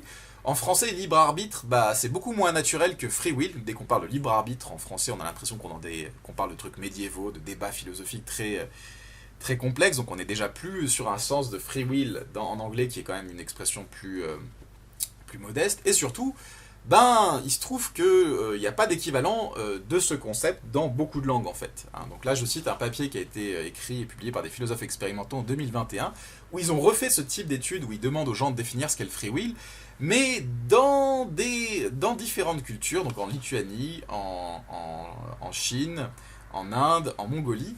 Et une raison pour laquelle ils ont choisi... alors la Lituanie, c'est le pays contrôle européen, mais une raison pour laquelle ils ont choisi ces autres pays, c'est qu'en fait, le problème du libre arbitre et l'expression libre arbitre n'a pas d'équivalent dans beaucoup de traditions philosophiques qui ne sont pas la tradition philosophique occidentale, en fait. Pour nous, ça a l'air d'être un problème majeur, le libre arbitre, hein, un problème fondamental, mais il se trouve que il n'y a pas vraiment de problème équivalent dans les autres traditions philosophiques. C'est une spécialité un peu occidentale. Et vraiment, hein, c'est quelque chose d'assez frappant. Moi, j'avais participé en juin 2022 à une conférence, qui était une conférence justement internationale, qui visait à rassembler des chercheurs qui étaient spécialistes de traditions de philosophie non occidentale, musulmanes, chinoises, hindoues, japonaises, etc. Et pour voir comment le libre arbitre était traité dans ces autres, le problème du libre arbitre était traité dans ces autres disciplines, dans ces autres formes de philosophie, branches de la philosophie. Et en gros, ce qui revenait souvent, c'est qu'en fait, il n'y a pas de terme équivalent et il n'y a pas de problème équivalent philosophiquement dans l'histoire de la philosophie non occidentale, quoi. Ce qui fait qu'en fait, que le terme libre arbitre, quand on interroge les gens dessus, par exemple en chinois, en hindou ou en mongolien, en fait, ce sont avant tout des traductions qui ont été faites du terme occidental, le libre arbitre. C'est pas des expressions qui existaient déjà, quoi. Donc c'est des expressions très artificielles. Et en fait, quand on demande aux gens ce que ça évoque dans ces pays, ça évoque un peu tout et n'importe quoi, hein. Alors ça évoque surtout le choix, ça c'est constant, mais par exemple si vous voyez chez les Chinois, ça évoque l'idée de voyager, de faire du sport, etc. Donc c'est-à-dire que voilà, si on essaie de régler le problème du libre arbitre par les intuitions des gens sur ce que veut dire le mot libre arbitre, on est en train de supposer que le problème du libre arbitre il va se résoudre par les intuitions, au sujet d'un terme qui n'existe que dans certains pays. C'est assez étrange de penser que qu'on pourrait régler une question existentielle majeure par ça. Donc je pense qu'en général, ce qu'il vaut mieux faire, c'est se concentrer sur les intuitions des gens au sujet de la responsabilité morale. Parce que ça, la responsabilité morale, l'idée qu'on peut s'être en colère ou pas contre certaines personnes, qu'on peut blâmer ou pas certaines personnes, qu'on peut punir ou pas certaines personnes, ça existe un peu partout, hein. Contrairement à l'expression libre arbitre. Donc c'est ça un peu le phénomène universel.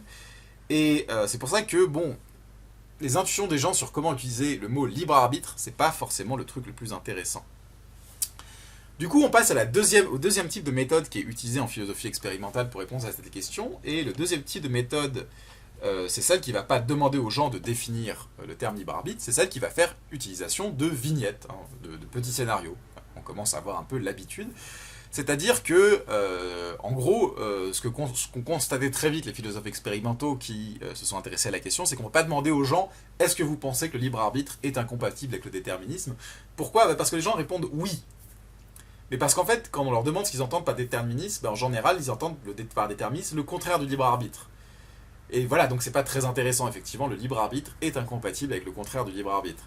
Mais on veut savoir si les gens ont l'intuition que le libre arbitre et la responsabilité morale sont compatibles avec le déterminisme, au sens où les philosophes parlent de déterminisme, cette idée qu'on est dans un système qui est tel que, si on connaît pour un état donné et des lois qui régissent ce système, il n'y a qu'un seul futur possible.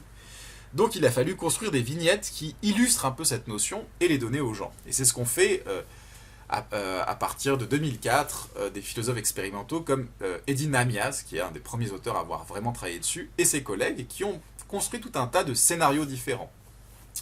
Donc par exemple, dans cet article de 2006, qui était celui qu'il y avait à lire pour cette séance, Is Incompatibilism Intuitive?, Namias synthétise un peu un certain nombre de recherches qu'il a fait sur la base de vignettes, et il a un certain nombre de cas. Le premier cas, c'est le cas du superordinateur. Il dit, voilà, imaginez que dans le futur, nous arrivions à construire un superordinateur. Ce superordinateur, il a deux propriétés. Il connaît toutes les lois de la nature, donc il connaît toutes les lois qui régissent notre système, notre univers, et il est capable de mesurer l'état actuel du monde. Et à partir de l'état actuel du monde et des lois de la nature, il est capable de déduire exactement ce qui va se passer dans le futur. Donc vous voyez, c'est une façon d'expliquer le déterminisme à partir de l'idée de prédictabilité, ce qui est un peu tendancieux parce que c'est pas clair que le déterminisme implique la prédictabilité, mais bon, ça c'est un autre problème. Mais vous voyez, c'est l'idée que voilà, l'ordinateur connaît l'état actuel du monde, il connaît les lois de la nature, donc une fois qu'il sait ça, il n'y a qu'une seule solution possible, et donc il peut la prédire. Et donc,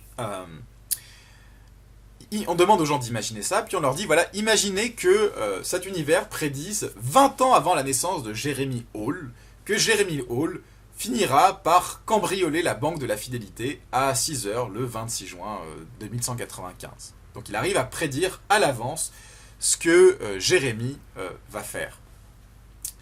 Donc on demande aux gens d'imaginer ça, puis on leur dit, voilà, imaginez cet univers où c'est possible de prédire à l'avance ce que les gens vont faire. Est-ce que, vu qu'on pouvait prédire avant même sa naissance que Jérémie finirait par cambrioler la banque, est-ce que, une fois que vous imaginez ça, répondez aux questions suivantes. Est-ce que quand Jérémie cambriole la banque, il agit librement, of his own free will en anglais, et est-ce qu'il mérite d'être blâmé, est-ce qu'il est moralement responsable pour avoir cambriolé la banque? Et là, vous voyez en noir un peu les réponses des participants. Il y en a un peu moins de 80% qui répondent oui, oui, il est libre. Et il y en a un peu plus de 80% qui répondent et il est blâmable, moralement responsable pour avoir cambriolé la banque. Ce qui laisse supposer que, finalement, les gens ne voient pas trop d'incompatibilité entre libre arbitre et déterminisme, entre responsabilité morale et déterminisme, au moins dans ce cas. Alors là, c'est un cas négatif, mais il existe deux autres versions de ce cas. Il existe un cas moralement bon, je crois que c'est un cas où il sauve un enfant. Voilà, donc là on leur dit, voilà, l'ordinateur a prédit très longtemps avant la naissance de Jérémie qu'il finirait par sauver tel enfant.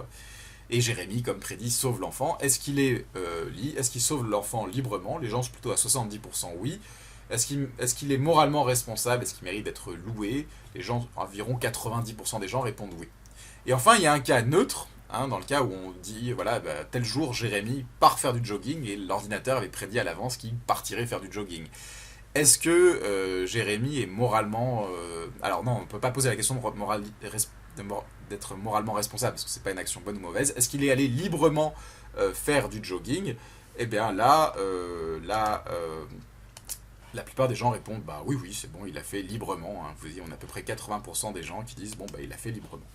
Ok, dans ce cas-là, la plupart des gens ont des intuitions plutôt compatibilistes. On n'a pas l'impression qu'ils aient l'intuition très forte que le déterminisme soit incompatible avec la responsabilité morale. Le deuxième cas, qui est un peu moins intéressant, mais dont je vais quand même parler, c'est un cas où il demande aux gens d'imaginer un monde dans lequel les croyances et les valeurs de chaque personne sont complètement causées par la combinaison des gènes et de l'environnement de ces personnes. Voilà, on demande clairement d'imaginer un monde déterministe. On leur dit, voilà, dans ce monde, deux jumeaux identiques, donc qui sont génétiquement identiques, qui s'appellent Fred et Barney, ils sont abandonnés par leur mère à la naissance, et ils sont adoptés. Fred est adopté par une famille de connards, c'est les Jerkson en anglais, donc on va traduire ça par les connards, et Barney, il est adopté par les tout gentils, les Kinderson. Dans le cas de Fred, ses gènes et son environnement l'ont amené à donner de l'importance à l'argent au-dessus de tout, et il pense que c'est ok d'utiliser n'importe quel moyen pour gagner de l'argent, tous les moyens sont permis. Dans le cas de Barney, comme il a été éduqué par les tout gentils, il croit qu'il faut toujours aider les gens et être honnête. Et un jour, il se trouve qu'ils sont dans des situations parallèles, ils trouvent chacun un portefeuille par terre qui contient $1000, et Barney, parce qu'il a été élevé par les tout gentils, il rend les $1000, et Fred, parce qu'il a été élevé par les connards, il garde les $1000 pour lui. Et voilà, on rappelle aux gens, étant donné que dans ce monde, les décisions et les valeurs et les croyances d'un individu sont complètement causées par ses gènes et son environnement, il est vrai que si Fred avait été adopté par les connards, si Fred qui a été adopté par les connards avait été élevé par les tout gentils, en fait, il aurait rendu le portefeuille. Et si Barney avait été élevé par les connards au lieu d'être élevé par les tout gentils, il aurait gardé le portefeuille alors que là, il l'a gardé. Donc, clairement, on a un cas de déterminisme par l'éducation. Et voilà, on demande aux gens d'imaginer ça, puis on leur dit, voilà, est-ce que vous pensez que Fred est moralement a gardé librement le portefeuille... non, Fred, c'est lequel déjà? Fred, c'est celui qui, oui, c'est celui qui a été élevé par les connards. Est-ce que Fred a gardé le portefeuille librement? Est-ce qu'il mérite d'être blâmé pour avoir gardé le portefeuille? Est-ce que Barney a rendu le portefeuille librement? Est-ce qu'il mérite d'être loué pour avoir rendu le portefeuille? Et vous voyez que les gens sont plutôt vers 80%, oui, tous les deux l'ont fait librement, et ils sont à peu près vers 60% pour dire, bon, bah, il mérite d'être puni, d'être blâmé ou d'être loué pour l'avoir fait. Alors là, bon, la question, là, c'est un peu, vous voyez qu'on est un peu moins élevé pour la responsabilité morale, mais c'est peut-être parce que une partie des gens pensent que c'est pas très blâmable tout simplement de garder l'argent, quoi. Et voilà. Donc là, vous voyez que bon, bah, on a encore un cas où bon, on a décrit quelque chose de déterministe, puis les gens sont finalement pas. Il y a au moins 2 tiers des gens qui n'ont pas trop de problème à dire que finalement les gens sont libres même dans ce monde-là, quoi. Et finalement, le troisième cas. C'est un cas où on demande aux gens d'imaginer un univers qui est recréé, qui est soumis à une sorte d'éternel retour un peu stoïcien ou nietzschéen. C'est-à-dire c'est un univers qui, au bout d'un certain temps, revient exactement à ses conditions initiales. Et comme c'est un univers où les lois de la nature déterminent ce qui se passe, dans lesquelles les mêmes conditions vont amener aux mêmes conséquences, le même monde, le monde boucle en fait. Il est dans un cycle où les mêmes choses se répètent tout le temps. Et ça se répète tout le temps de la même façon. Donc cette idée de répétition à l'infini, c'est une façon de souligner l'idée de déterminisme. C'est l'univers revient toujours aux conditions initiales, et les conditions initiales ont toujours les mêmes résultats. Et donc, dans cette boucle, il y a une personne qui s'appelle Jill qui décide de voler un collier. Et donc, elle le vole à chaque répétition de la boucle, en fait. Parce que c'est un monde déterministe qui revient aux mêmes conditions initiales. Et là, encore une fois, on demande aux gens, est-ce que cette personne a agi librement? La plupart des gens, environ 3 quarts des gens, 76%, ah non, 66%, ça c'est les autres. Donc 2 tiers des gens répondent oui, oui, elle agit librement. Et est-ce qu'elle est moralement responsable de ses actions? Est-ce qu'elle mérite d'être blâmée pour ses actions? La plupart des gens, voilà, 77% des gens, donc 3 quarts des gens répondent oui.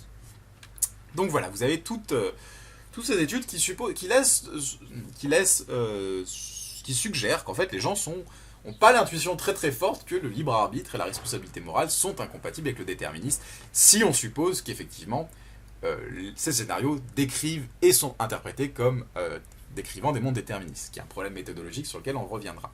Alors, quelle critique on peut faire à ces études? Alors, il y a certaines critiques méthodologiques. Donc, un étudiant m'a demandé quelle était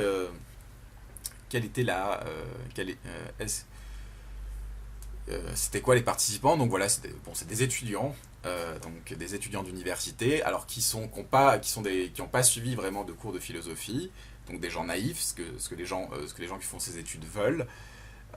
Mais bon, en général, cette manip, elle a été répliquée un certain nombre de fois, et ça réplique assez bien, même sur des pas étudiants en fait. En fait, il y a même des études qui ont été faites dans plusieurs pays, et les réponses des gens sont à peu près stables sur ce point-là. Alors une autre critique qui a été faite par une étudiante qui est assez pertinente, c'est ça, c'est qu'en fait, il y a quand même eu ce qu'on appelle une exclusion de participants. C'est-à-dire que les résultats que je vous présente, c'est pas tous les participants. Certains participants ont été exclus parce qu'on leur posait des questions pour voir s'ils avaient bien compris le scénario, en fait.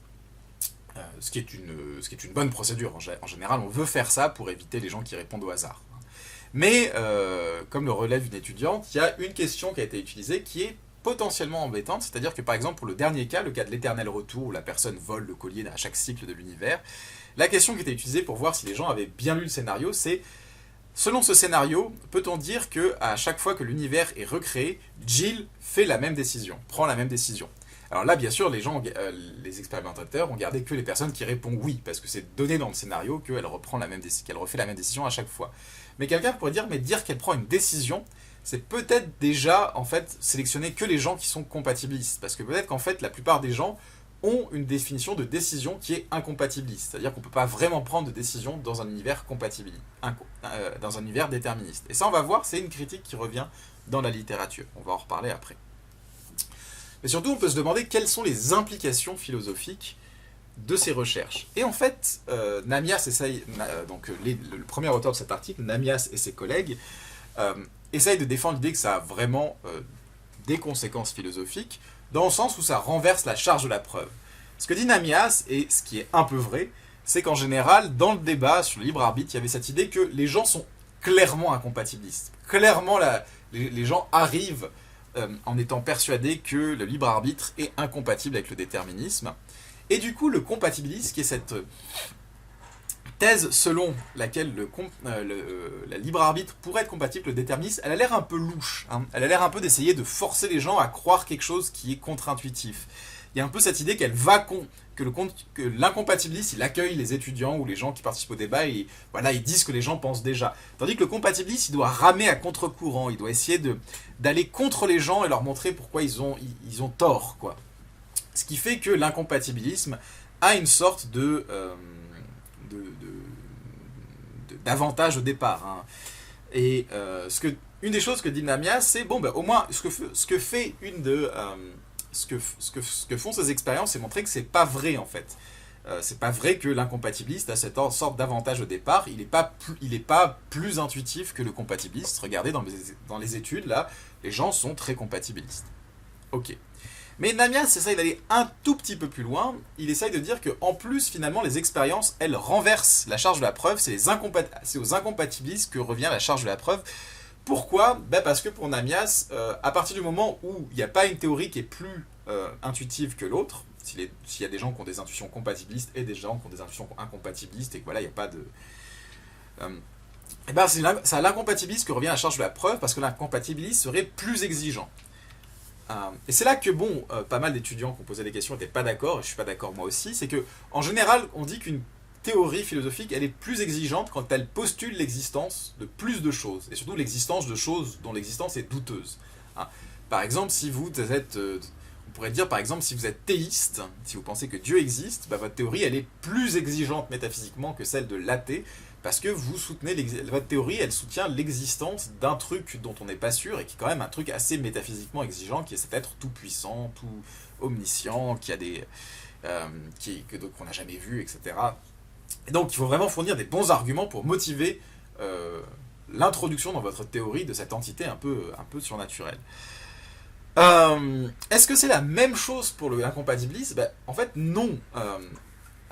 C'est vrai que d'une certaine façon, les libertariens, par exemple, ce sont ceux qui défendent l'idée que la liberté, le libre arbitre exige d'échapper au libre arbitre. Le libre arbitre exige d'échapper au déterminisme. Le pouvoir d'échapper au déterminisme, qui est un pouvoir un peu métaphysiquement exigeant, et que du coup, comme on est libre, ça veut dire qu'on a ce pouvoir, et donc ce pouvoir existe. Et là, c'est plus exigeant. Mais ça, c'est le libertarianisme. Le libertarianisme, c'est la conjonction de l'incompatibilisme, qui est la thèse selon laquelle le libre arbitre est incompatible avec le déterminisme, avec la thèse selon laquelle le libre arbitre existe. Mais l'incompatibiliste en tant que tel, c'est juste l'idée selon laquelle, par définition, enfin pas par définition, mais la nature du libre arbitre est telle qu'il est incompatible avec le déterminisme. L'incompatibilisme en tant que tel, il ne soutient pas l'existence du libre arbitre. Vous pouvez être incompatibiliste et dire que le libre arbitre n'existe pas. C'est ce que font beaucoup de gens. Ils disent voilà, le libre arbitre est incompatible avec le déterminisme est vrai, donc on n'a pas de libre arbitre. C'est ce que font du coup les déterministes durs, les sceptiques au sujet du libre arbitre. Donc en fait, le libre arbitre en tant que tel n'est pas métaphysiquement exigeant. Il ne demande rien. Ce serait un peu comme dire, voilà, vous définissez les licornes comme des chevaux qui ont des pouvoirs magiques et une corne sur la tête. Je trouve ça métaphysiquement exigeant. Je pense qu'on devrait définir les licornes d'une autre façon. Mais ça, c'est pas un argument correct. Le fait que le concept de licorne ainsi défini soit métaphysiquement demandant, ça donne des raisons de penser que les licornes n'existent pas, mais ça ne dit pas qu'il faut réviser la définition de la licorne pour qu'elle soit moins métaphysiquement exigeante. Donc je pense pas qu'il y ait de grandes implications philosophiques pour le débat philosophique à ce genre d'expérience. Pourtant, j'adore ces expériences, j'en ai fait beaucoup moi-même.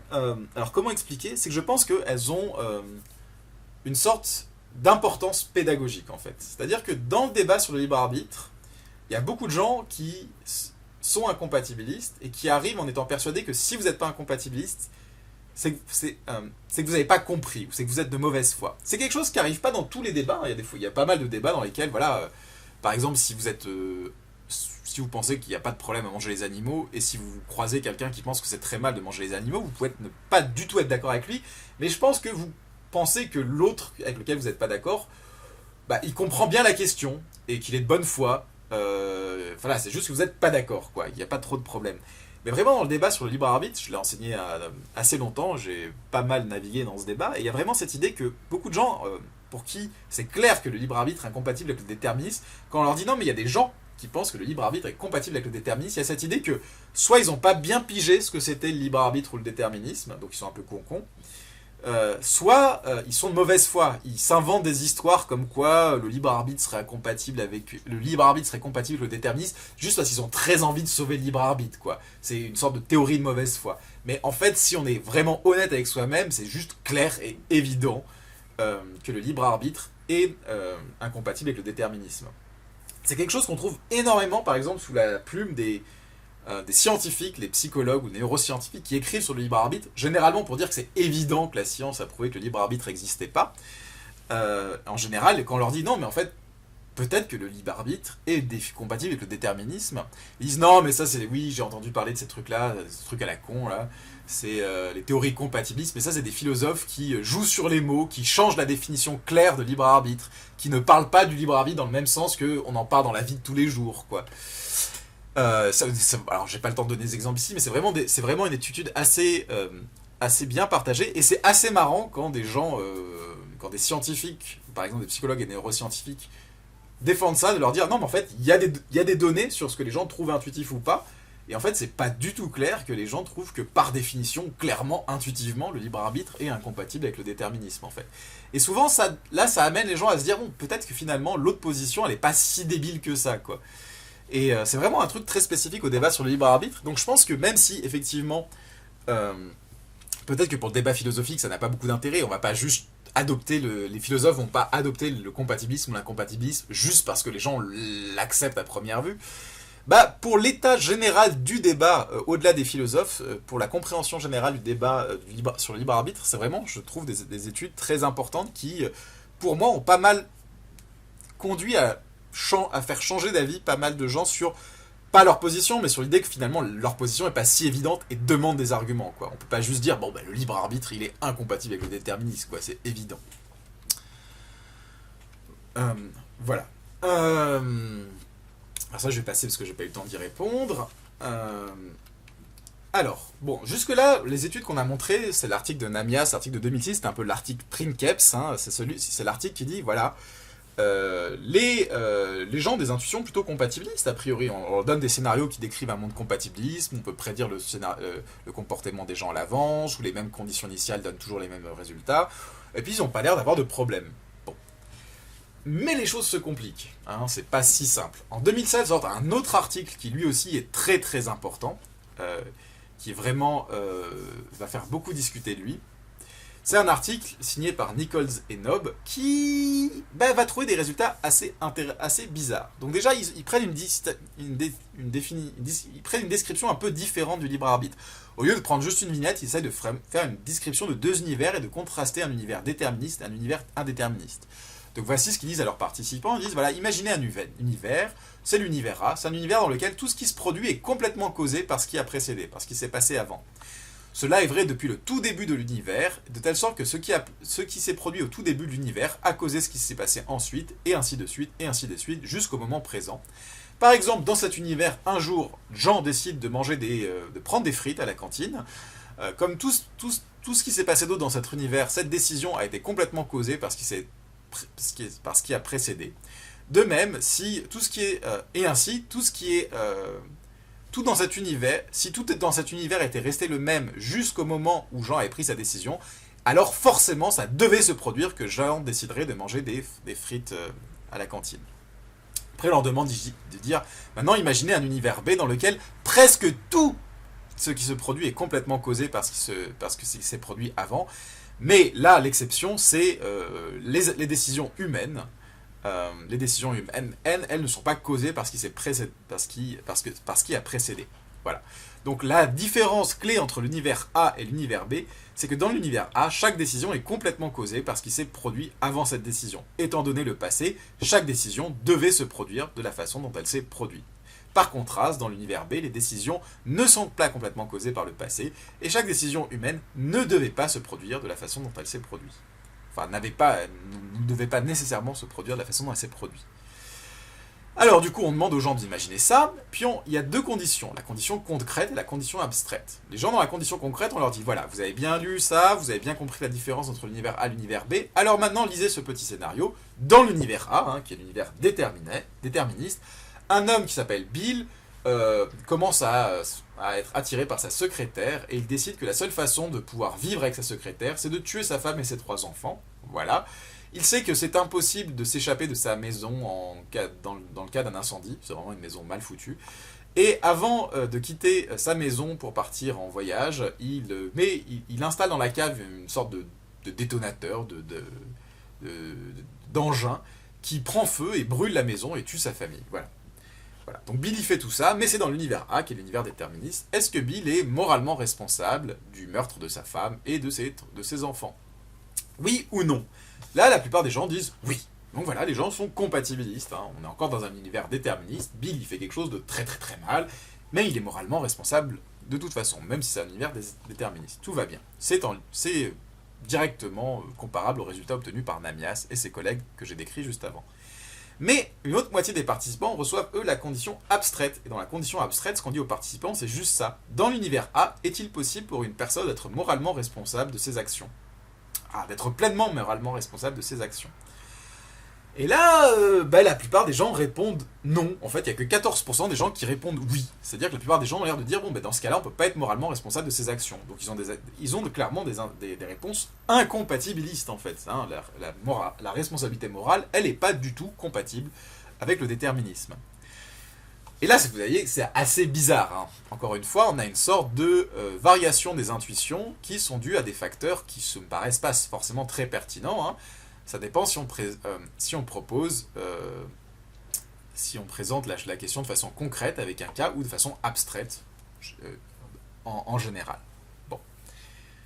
Alors on pourrait s'arrêter là et dire, du coup les intuitions ne sont pas fiables. Mais c'est pas du tout ça que Nichols et Nob veulent défendre. Ils veulent défendre l'idée selon laquelle ce qui révèle vraiment la compréhension qu'ont les gens du libre arbitre, c'est leur réponse dans la condition abstraite. Leur réponse dans la condition concrète, elles sont biaisées. Voilà un peu leur modèle. Le modèle qu'ils proposent dans cet article, c'est le performance error model. C'est l'idée que les gens ont une conception incompatibiliste du libre arbitre et de la responsabilité morale. Dans le cas abstrait, ils appliquent correctement cette conception à la question, donc ils donnent une réponse incompatibiliste. Mais dans les cas concrets, on leur décrit un crime horrible, un type qui tue sa femme et ses 3 enfants, et ils sont biaisés par leurs émotions du genre « Ah, c'est horrible, il faut punir ce type », à donner des réponses compatibilistes. Donc les réponses compatibilistes obtenues dans le cas concret, mais aussi par Namias et ses collègues, ce serait juste une sorte de biais émotionnel, en fait. Ça ne reflèterait pas vraiment ce que pensent les gens du libre arbitre. Alors comment est-ce qu'on peut tester cette explication?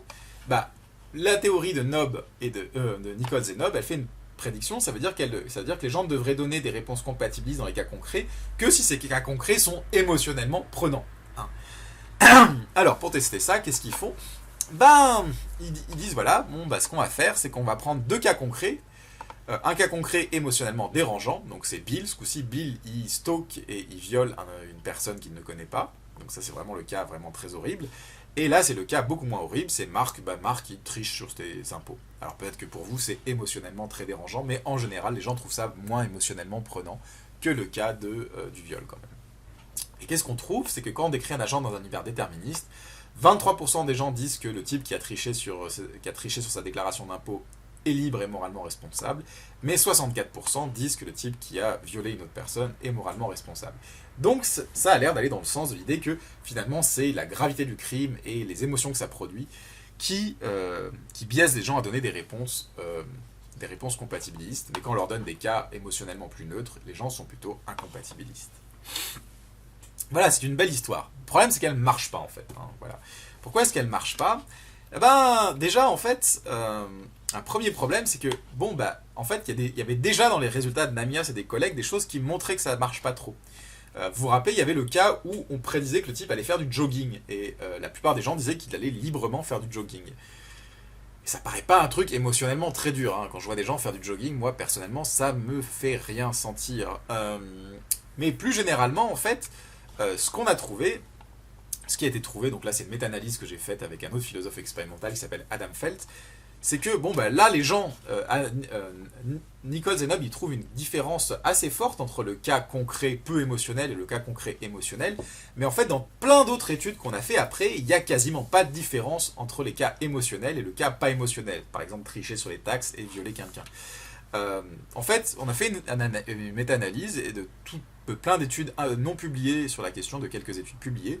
Et ce qu'on trouve, c'est qu'en fait, il y a une différence entre les cas concrets peu émotionnels et entre les cas émotionnels, mais elle est très petite, genre c'est de l'ordre de 1% en fait, quand on fait la moyenne. Donc vous voyez que, par contre, la différence entre le cas concret et le cas abstrait, alors là, vous inquiétez pas, ça réplique à fond, ça réplique toujours, c'est fantastique, hein, les gens sont très compatibilistes dans le cas concret, très incompatibilistes dans le cas abstrait.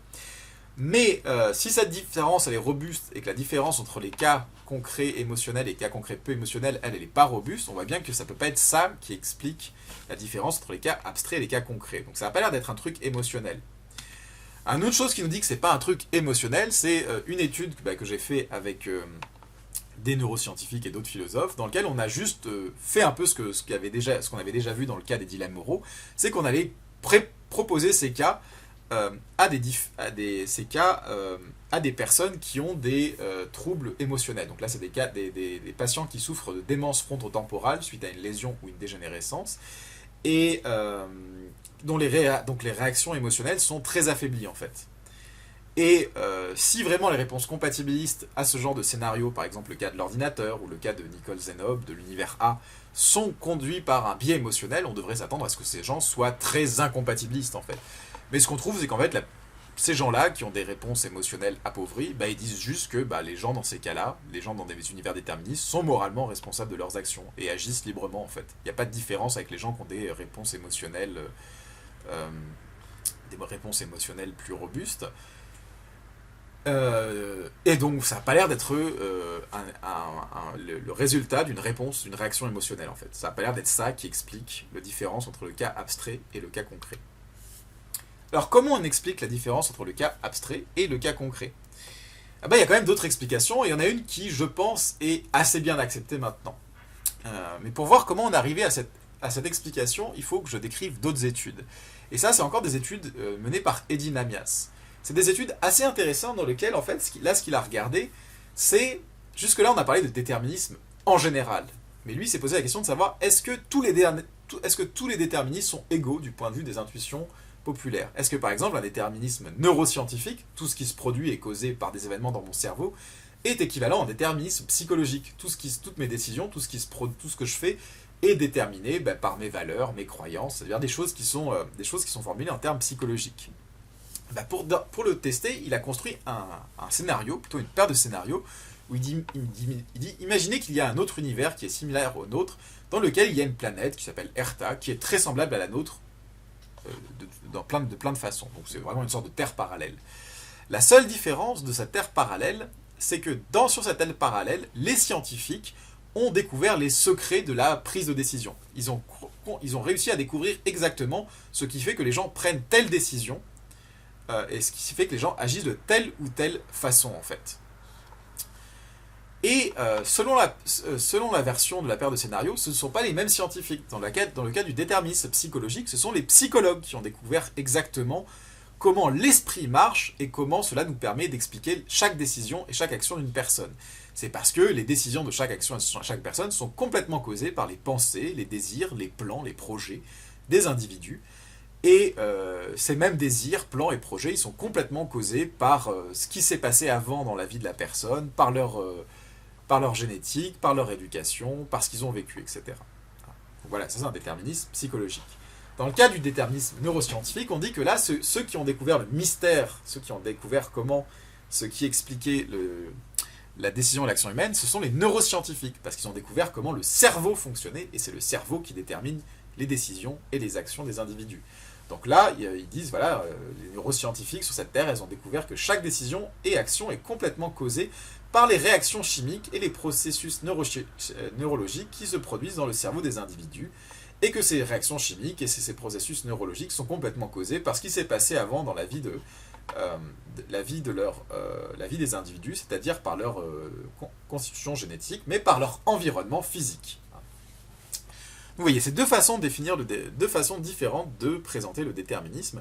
Et du coup, encore une fois, on demande à aux participants, est-ce qu'une personne qui vit dans ce monde pourrait être moralement responsable de ses actes et agir librement?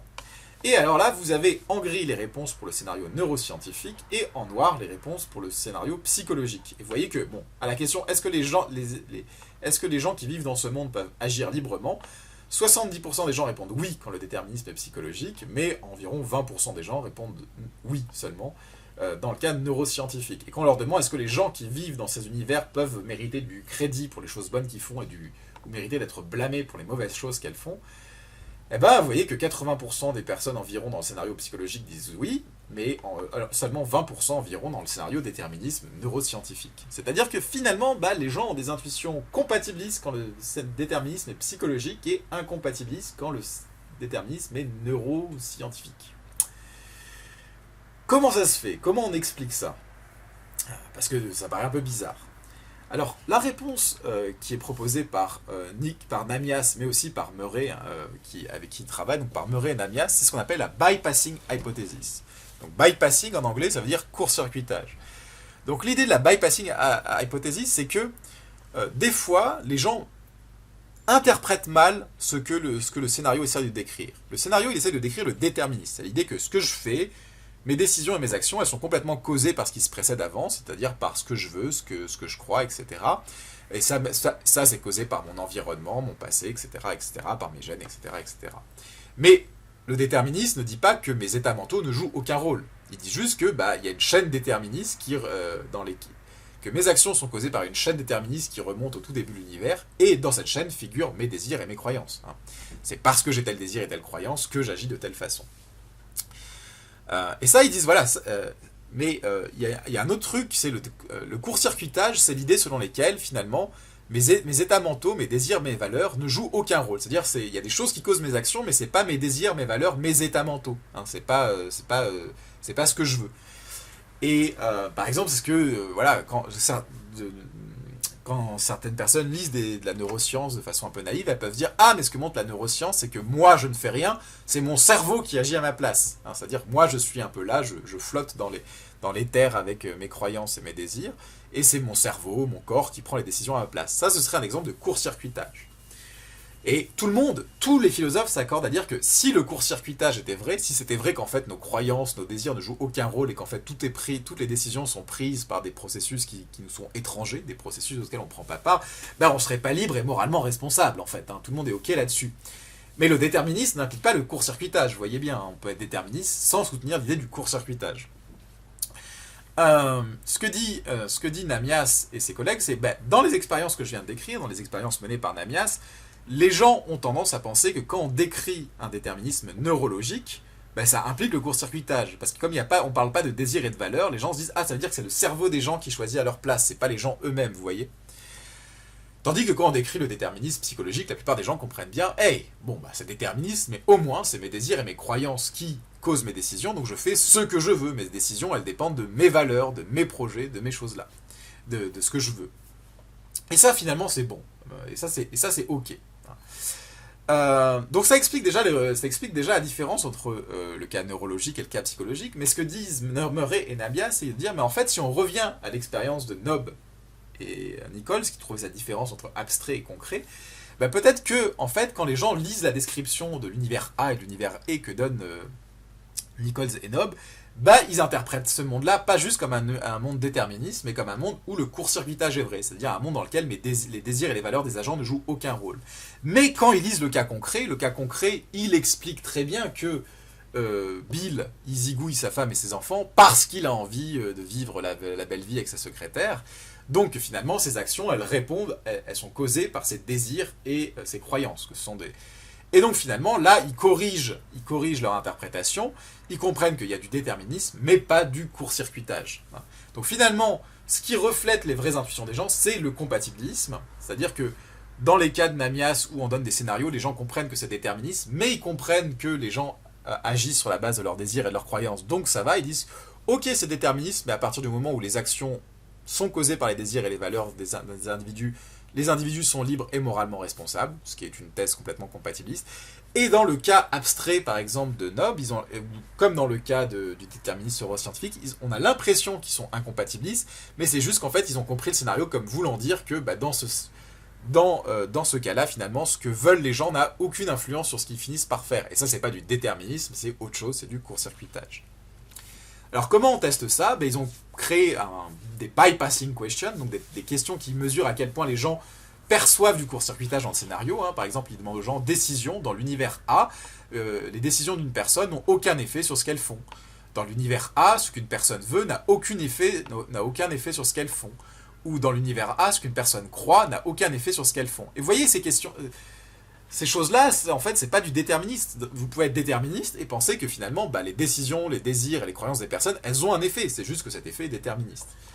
Donc là, on peut mesurer à quel point les gens vont au-delà du déterminisme et perçoivent quelque chose de plus grave que le déterminisme, qui est le court-circuitage.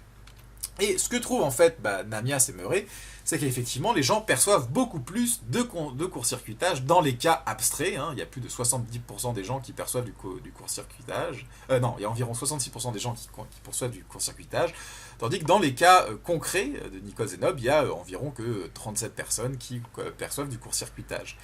Et ce qu'ils font, c'est que, en fait, la différence entre les différentes descriptions du déterminisme, les gens réagissent, donnent des réponses différentes en termes de responsabilité morale et de libre arbitre en ce qui concerne les descriptions du déterminisme, mais ces différences, elles peuvent être complètement expliquées par le fait que les gens perçoivent plus ou moins de court-circuitage. Et une fois qu'on supprime les gens qui perçoivent du court-circuitage, la plupart des gens sont compatibilistes. En fait, une fois qu'on a enlevé les gens qui ne comprennent pas le déterminisme et qui le confondent avec le court-circuitage, la plupart des gens qui restent donnent des intuitions compatibilistes. Ce qui suggère qu'en fait, peut-être qu'on a l'impression que les gens sont intuitivement compatibilistes, mais c'est juste qu'ils ne comprennent pas bien le déterminisme, ils le confondent avec le bypassing, le court-circuitage.